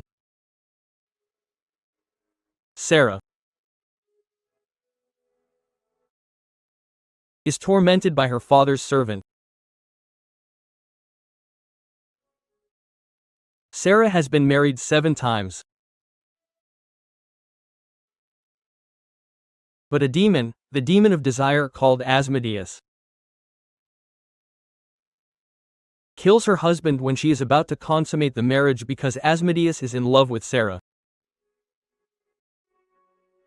So, whenever Sarah gets a husband, Asmodeus arrives and removes him from the scene, kills him, turns him into nothing. The 7 husbands died without anything.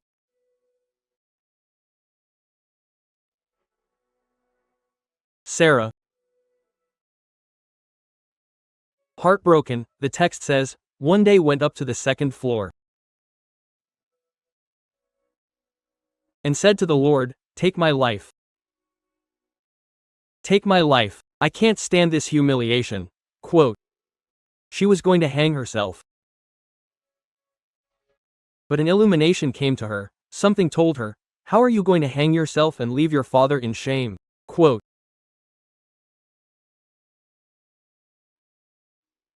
So, in the midst of her despair, look at this beautiful thing. Sarah stretched out her hands toward the window and prayed.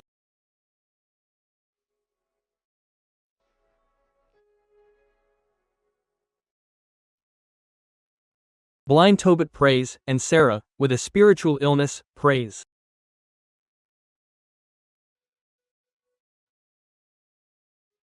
But it's wonderful how she prays with her hands stretched out toward the window.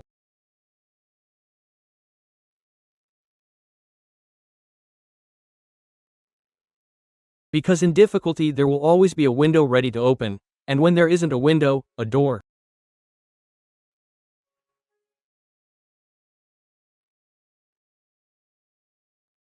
God will open a door that will put an end to your difficult days. And that's the story of these two people, on the same day, the same day. And so the text begins and ends in a wonderful way by saying that on the same day God sent an angel named Raphael to both of them in different places, who healed them both.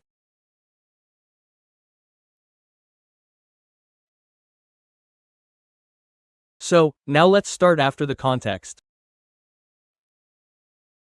The word says, at that very moment. The God of glory heard the prayer of both of them. They did not know each other. Father.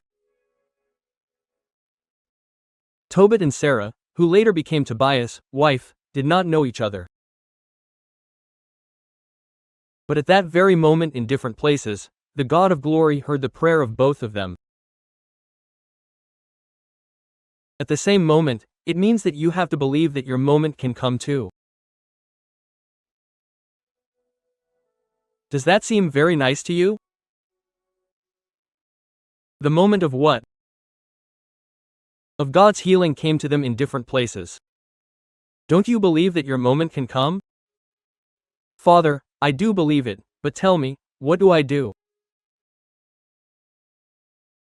Your prayer has to be so strong and persevering, without tiring, that you can enter into the glory of God with your prayer. Look what the word says. At the same moment, the God of glory heard the prayer of both of them.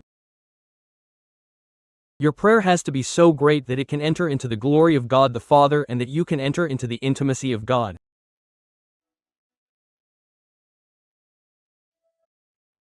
The saints who had the stigmata, the marks on their hands and other parts, were people who entered so deeply into the glory of God, into the intimacy of God, that they were no longer themselves in God, but rather it was God in them.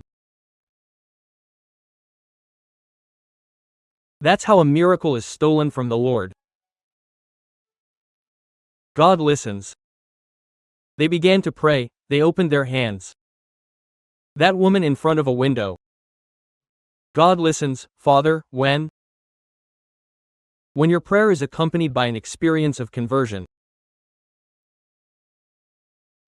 Friends, we have to return to God. If we do not return to God, that saying about praying and hitting God with the hammer will apply to us very well. We must not return to God and allow God to see our faithful and constant gaze and grant His favor.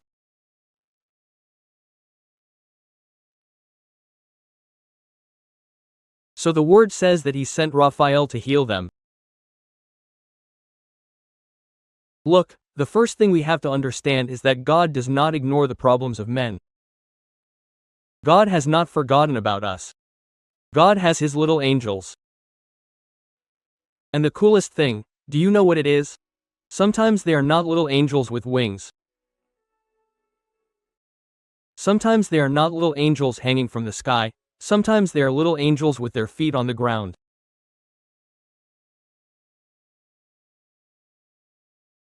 And God sends them to remind us that we have to fight, to remind us that we cannot give up, to remind us that we have to fight, to remind us that in the hands of God no one is lost forever.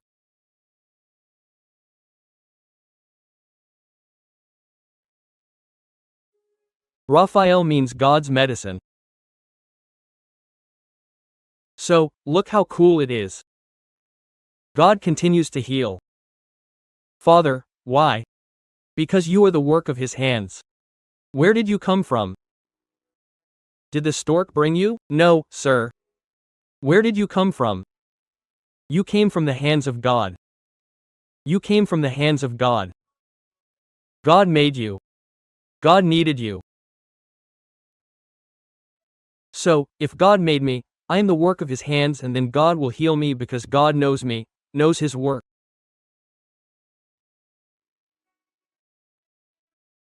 That is why it is so beautiful to understand that healing is an action of God in the heart of the one who believes that God can do it. What do you want me to do for you? To see. To see, a blind man says to the Lord, I believe that you can do it. Believe. You have to believe that God can do it.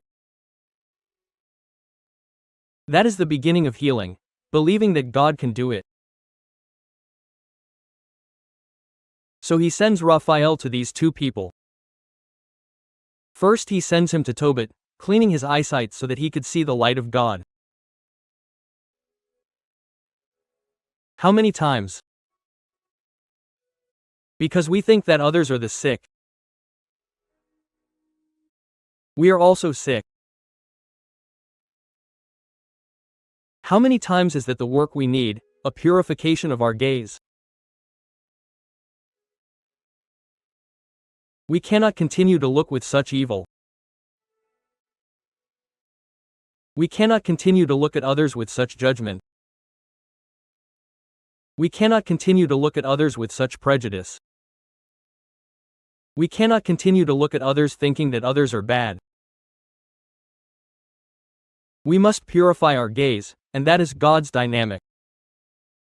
That is why Paul, who was persecuting Christians, was knocked off his horse and blinded so that when he gets up from the ground, he no longer sees as Paul who persecutes, but as Paul who proclaims.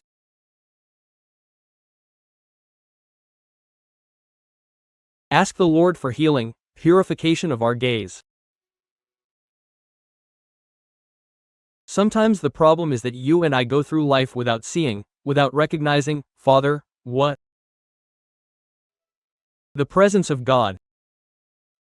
God does not exist for me. God does not appear in my projects. God is not in my plans. I do not make God count. I do not see God. I do not see him. That is why healing is a work that begins the moment we decide to come out of blindness, that is, out of darkness.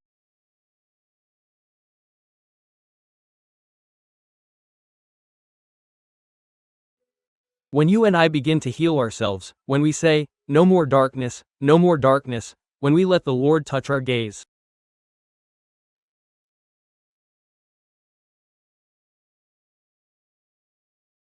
He then sends Raphael to Tobit, but he also sends him to Sarah, the wife of Raguel, giving her Tobias, son of Tob, as a wife and freeing her from the cursed demon Asmodeus. So, we are beginning to understand something, dear friends.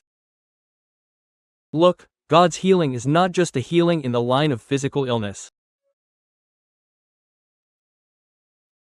Sarah does not have a physical illness. Sarah has a spiritual illness. She is tormented by a demon. But look at this very particular thing. Sometimes physical illness is the reflection of a deep inner pain.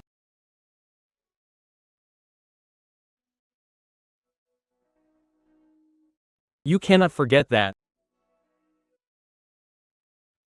Sometimes what hurts you on the outside is a deep cry of what is happening inside.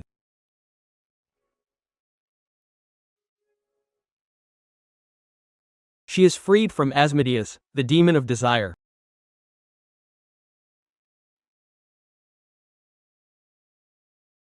And we too are called to ask God to help us heal ourselves from our own demons.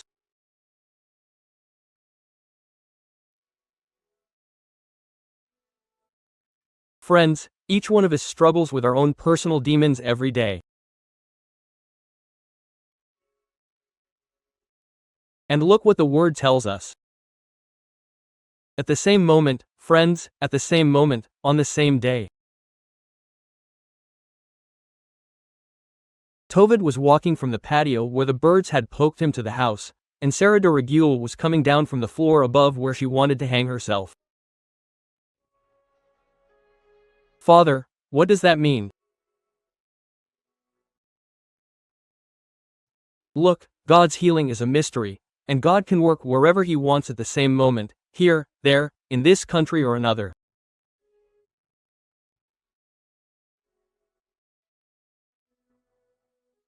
Our God is a God who has no limits. He does not enter homes without opening doors. Overcoming the physical, overcoming all laws and all norms and all things. That is why it is a mystery. And look at this detail. Tovid was able to leave the place where he acquired blindness, the patio, and return to normal life. Father, why do you say that? Because what do I care if the text tells me that he went from the patio to the house? Yes, that detail is important. He went blind in the courtyard, but he didn't stay in the courtyard. He returned home and came back healed. And then he tells me that Sarah was able to come down from the upper floor where the devil had forced her to hang herself, where she wanted to take her own life, and return to normal life.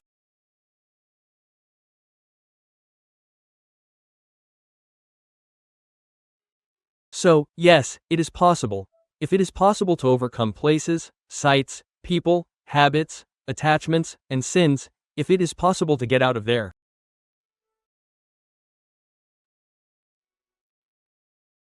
And I began to think then that God can do it. Let's convince ourselves of that, friends. God can do it. God can make you go from a place of sadness in the courtyard or on the second floor to a place of hope. He went blind in the courtyard and this woman wanted to hang herself upstairs.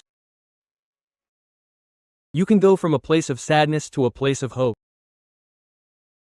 You can go from this illness that is robbing me of my strength to an experience of healing. For God, there are no limits of space or time. God does not know that. He can do everything at the same time. Doesn't that seem very nice to you? He can do everything at the same time. What time was it when your son was healed?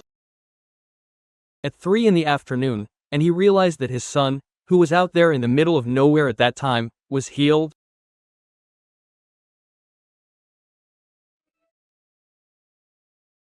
God can break down all barriers, even medical reports. Because He makes everything new. How many times has a person been healed who was told that there was nothing that could be done?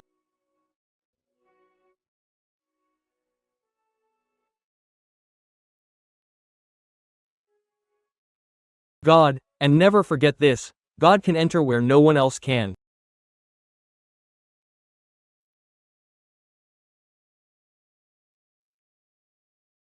God can enter your bones, God can enter your veins, God can enter your heart.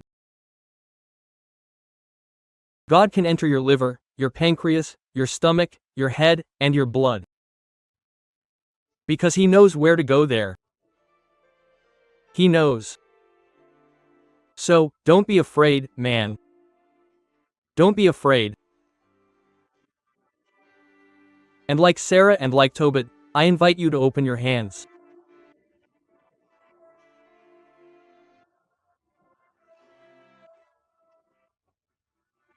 And say to the Lord, in my despair and in my anguish, I recognize that you are the only one who can take this clay, this broken, shattered vessel, and make it again.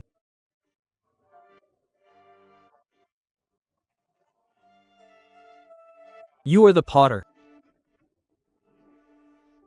You can do it, Lord, at the same time, whenever you want, you can do it. Close your eyes.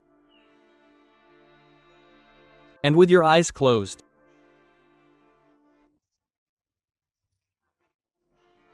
feeling like a broken vessel like Tobit or like Sarah, in a physical illness or in an illness of the soul.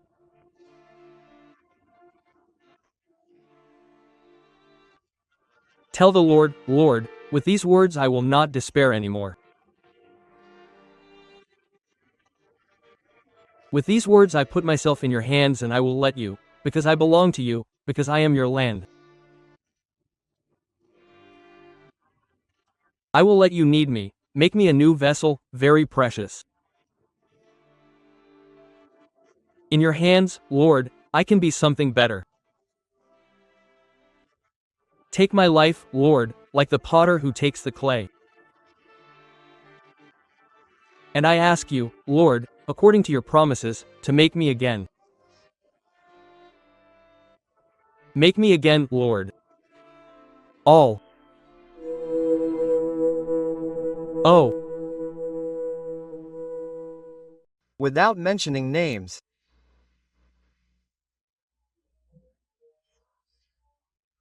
Some of the people who have confessed during these days have felt questioned by the person of Judas.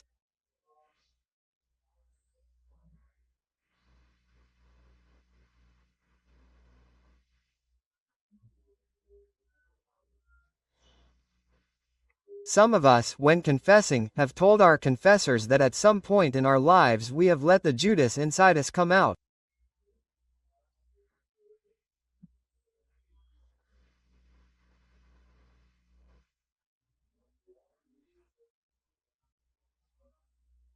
And that is why, dear friends, the word that the Lord gives us today is interesting, because it questions us without justification about the way in which we, at times, have allowed Judas to become incarnate in my life. That Judas come to live in my house. That Judas be the one to help me make decisions.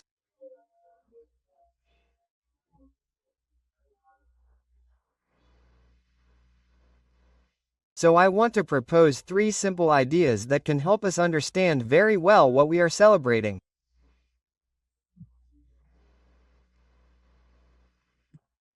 First idea, pay attention to this.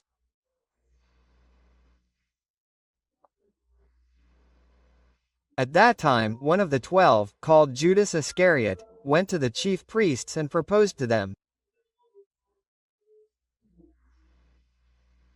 Look how the gospel begins. At that time, one of the 12, called Judas, goes to the priests and makes them a proposal.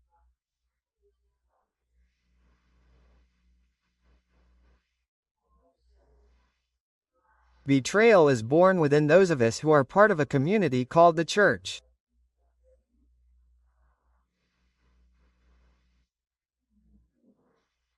One of the 12, one of Jesus' family, one of his followers, one of those he once looked at with love and said, "Follow me." One of them betrayed him.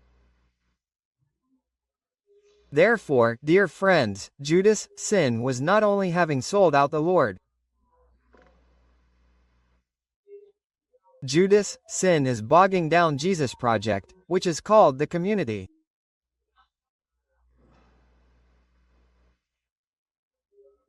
And for that, dear friends, here comes the first aspect for which we should ask forgiveness. The times when we go against what God is asking of us, what God is establishing.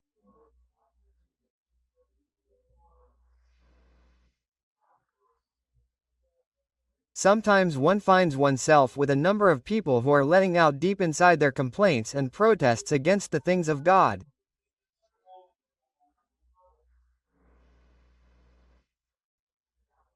And so I was raised in values and principles, and tomorrow I am participating in a march in favor of abortion, in favor of assisted death, and in favor of I don't know what else.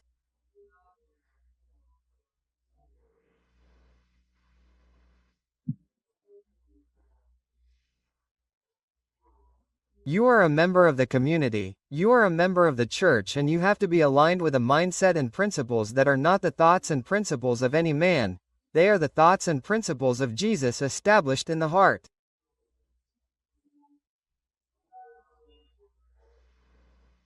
Do not break with the community, do not break with what the Lord asks of us. Surely God, even through those demands that sometimes seem very lofty to us, God can be saving us through those things.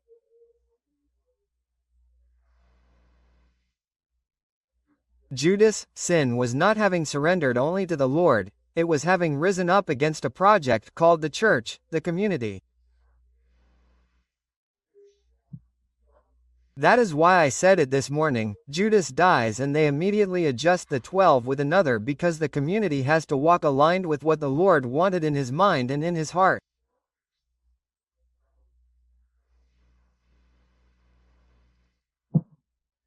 The word says that his name was Judas Iscariot. The traitor has a name. The traitor has a name. And I have told you many times, dear friends, that it is important and fundamental to identify the name, and that it catches my attention in these liberation or exorcism processes. The exorcist identifies the name of Judas, the name of the demon, the name of the spirit. For what purpose? To dominate it.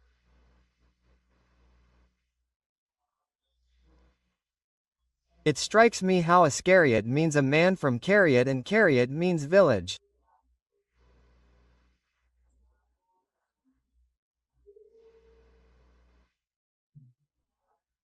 And it strikes me how when the Lord healed someone he would tell them, do not return to the village, do not return to Cariot, do not return where Judas Iscariot is. We could interpret that in our lives. How can all of us have a Judas Iscariot lurking there who makes our lives impossible? A Judas Iscariot who is showing us the path to evil. A Judas Iscariot who is the one who has me trapped in sin and vice. A Judas Iscariot who is the one who steals my breath and prevents me from being myself. A Judas Iscariot who steals my freedom. Don't go back to the village. Don't go back to where Judas is. The traitor has a name. And do you know what the most painful thing is? Sometimes we know who it is. Sometimes we know who is selling us out. Sometimes we know who is betraying us. Sometimes we know who is putting our integrity, our peace, and our salvation at risk. And we continue playing there and letting ourselves be caressed by the traitor who ends up simply robbing us of the experience of God.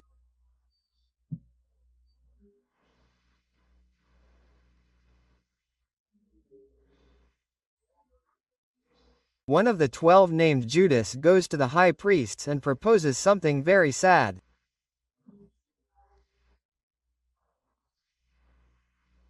Tell me what you will give me if I give it to you.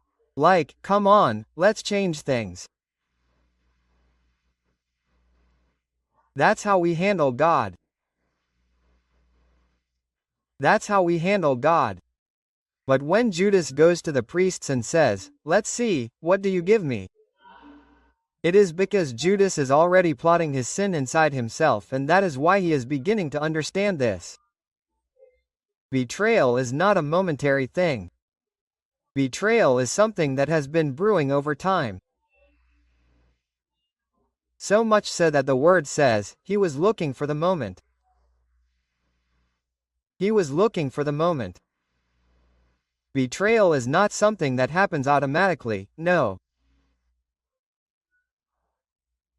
Betrayal is something that grows bigger over time, and that is why we should ask the Lord for the grace to identify those Iscariots who are compromising our lives and our happiness. How many people today are totally unhappy because Judas Iscariot was not stopped in time? That did not happen yesterday. Judas Iscariot started making a move on you a long time ago. He started flirting a long time ago. He started sending you messages a long time ago.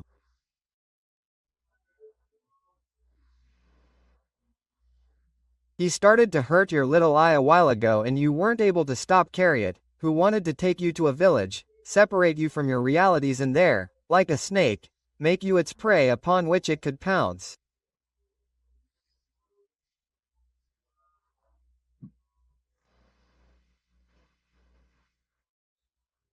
Second idea, what are you willing to give me?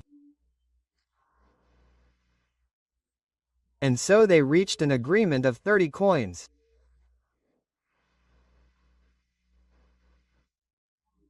One values things according to what one has in one's heart. That's what it's worth to oneself. This is worth to me, what it means to me. This tablecloth may be priceless to me. Why? Because my mother made it for me. So you ask me, how much is it worth? I tell him, no, it's priceless. Look, I'll give you 10,000. That's worth something to you, but it's priceless to me. Why is Jesus worth 30 coins to Judas? Because he's priceless in his heart. And the price is built on the journey and the price is given in the struggle and in the effort. And things acquire value and importance to the extent that one leaves one's heart anchored there. That's why it's said that a friend is invaluable, because life is built with friends and one has left a piece of oneself there with friends. Why does he offer 30 coins? Because it's worth nothing to him. Why do we give so little to God? Because it's worthless to us. Why do we leave the Lord waiting in a church all alone so many times? Because he doesn't mean to me what he should mean. 30 coins was what was paid for a slave. A slave was worth 30 coins, the one I wanted to take home, to wash my clothes, and to give him a gift. Bathrooms and floors, and to the one who cooked for me all day and who fed me the pigs and tilled my land. It was worth 30 coins.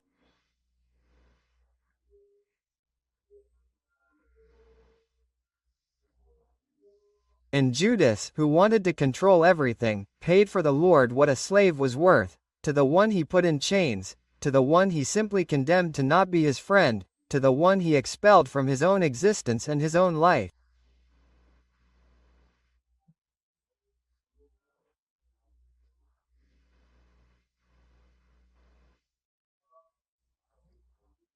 I start to think about the danger of money and I find 3 completely aberrant things about money.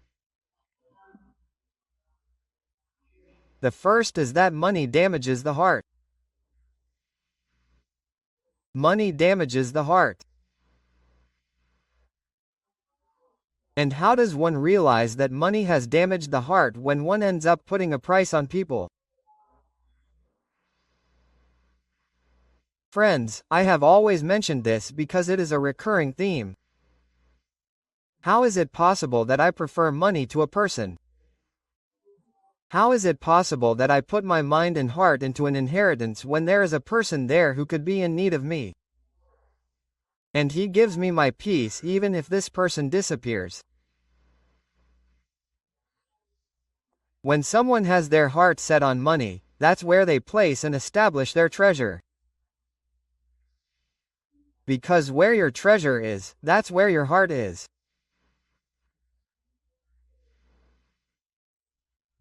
When a person is irresponsibly interested in money, their heart is damaged to the point of putting money above people. You know what I'm talking about. There are people who don't care about their children. There are people who don't care about their wife or husband. There are people who stopped building a family because money and economic projects began to steal more space in their hearts.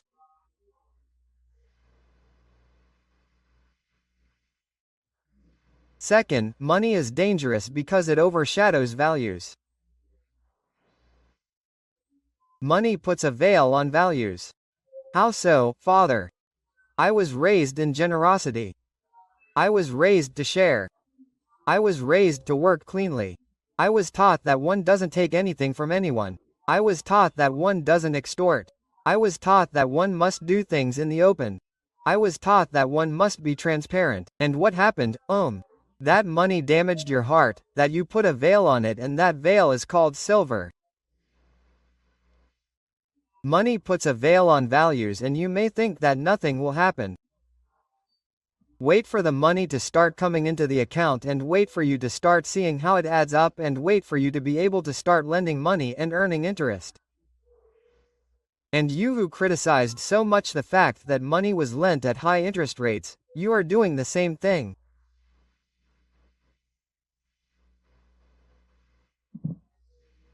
Third, money is very dangerous even though it is necessary because it distorts priorities. The priority is God. And we end up changing God for money. The priority is family, and we end up changing family for money. The priority is you, and you start to lose yourself and get sick because of money. Money distorts priorities and makes something that we should always keep in mind disappear, which is a clear scale of values in life. Third and final idea. I'm talking a lot today, right? Third and final idea. Look what the gospel says. While they were eating. What do I care if they are sitting at the table chatting? But the gospel wants to make it clear to me that while they are eating, the Lord says, I assure you that one of you will betray me. It is at a meal. They are eating, Father. And what does that mean? That the greatest betrayals can arise in the heart of someone who receives communion. Tant teso. That is because what the Lord is doing is celebrating Mass for them. What the Lord is doing is what I do here every day. Take and eat from it, and He gives everyone a piece, and there one of those who receives the piece is the one who gives it. Why does the evangelist want us to understand that betrayal occurs while they are eating? To teach us that betrayal is typical of those of us who eat Jesus. And we would have to change those dynamics. We would have to change those dynamics. That is why we talk about unholy communions, about how I am eating Jesus, but I am not capable of eating my brother. I take communion with Jesus, but I don't take communion with him. I've seen women here standing in line waiting to take communion.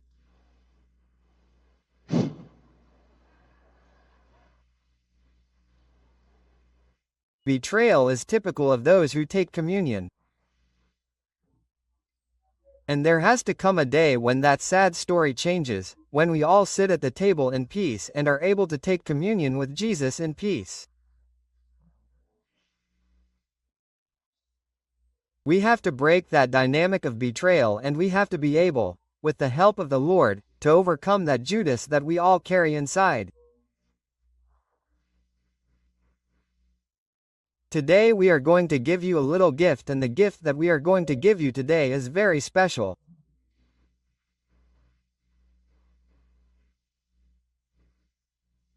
We are going to give you a coin.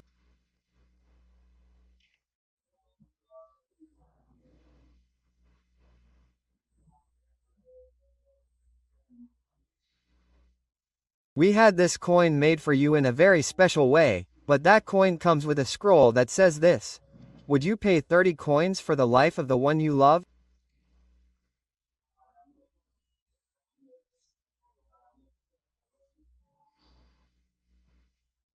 Or would you exchange them for 30 moments of happiness with them? I'm going to say it again. Would you pay 30 coins for the life of the one you love? Would I exchange someone for 30 coins? No, I would be willing to give 30 coins for 30 moments of happiness. Let's sing.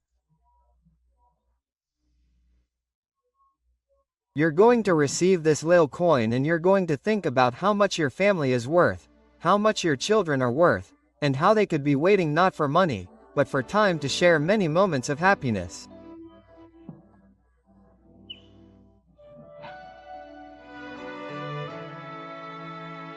Oh. Y con esa manito arriba, recuerda que cuando uno levanta las manos se convierte en vencedor. Y con esa mano arriba le vas a dar gloria al Señor. Y vas a decir con el corazón: recibe toda la gloria, recibe toda la honra, precioso Hijo de Dios. Esa manito es de Dios, le pertenece a Dios. Y por eso con el corazón vas a decir esto. Vamos. Recibe toda la gloria, recibe toda la honra, precioso Hijo de Dios. Y ustedes solitos, solitos. Recibe.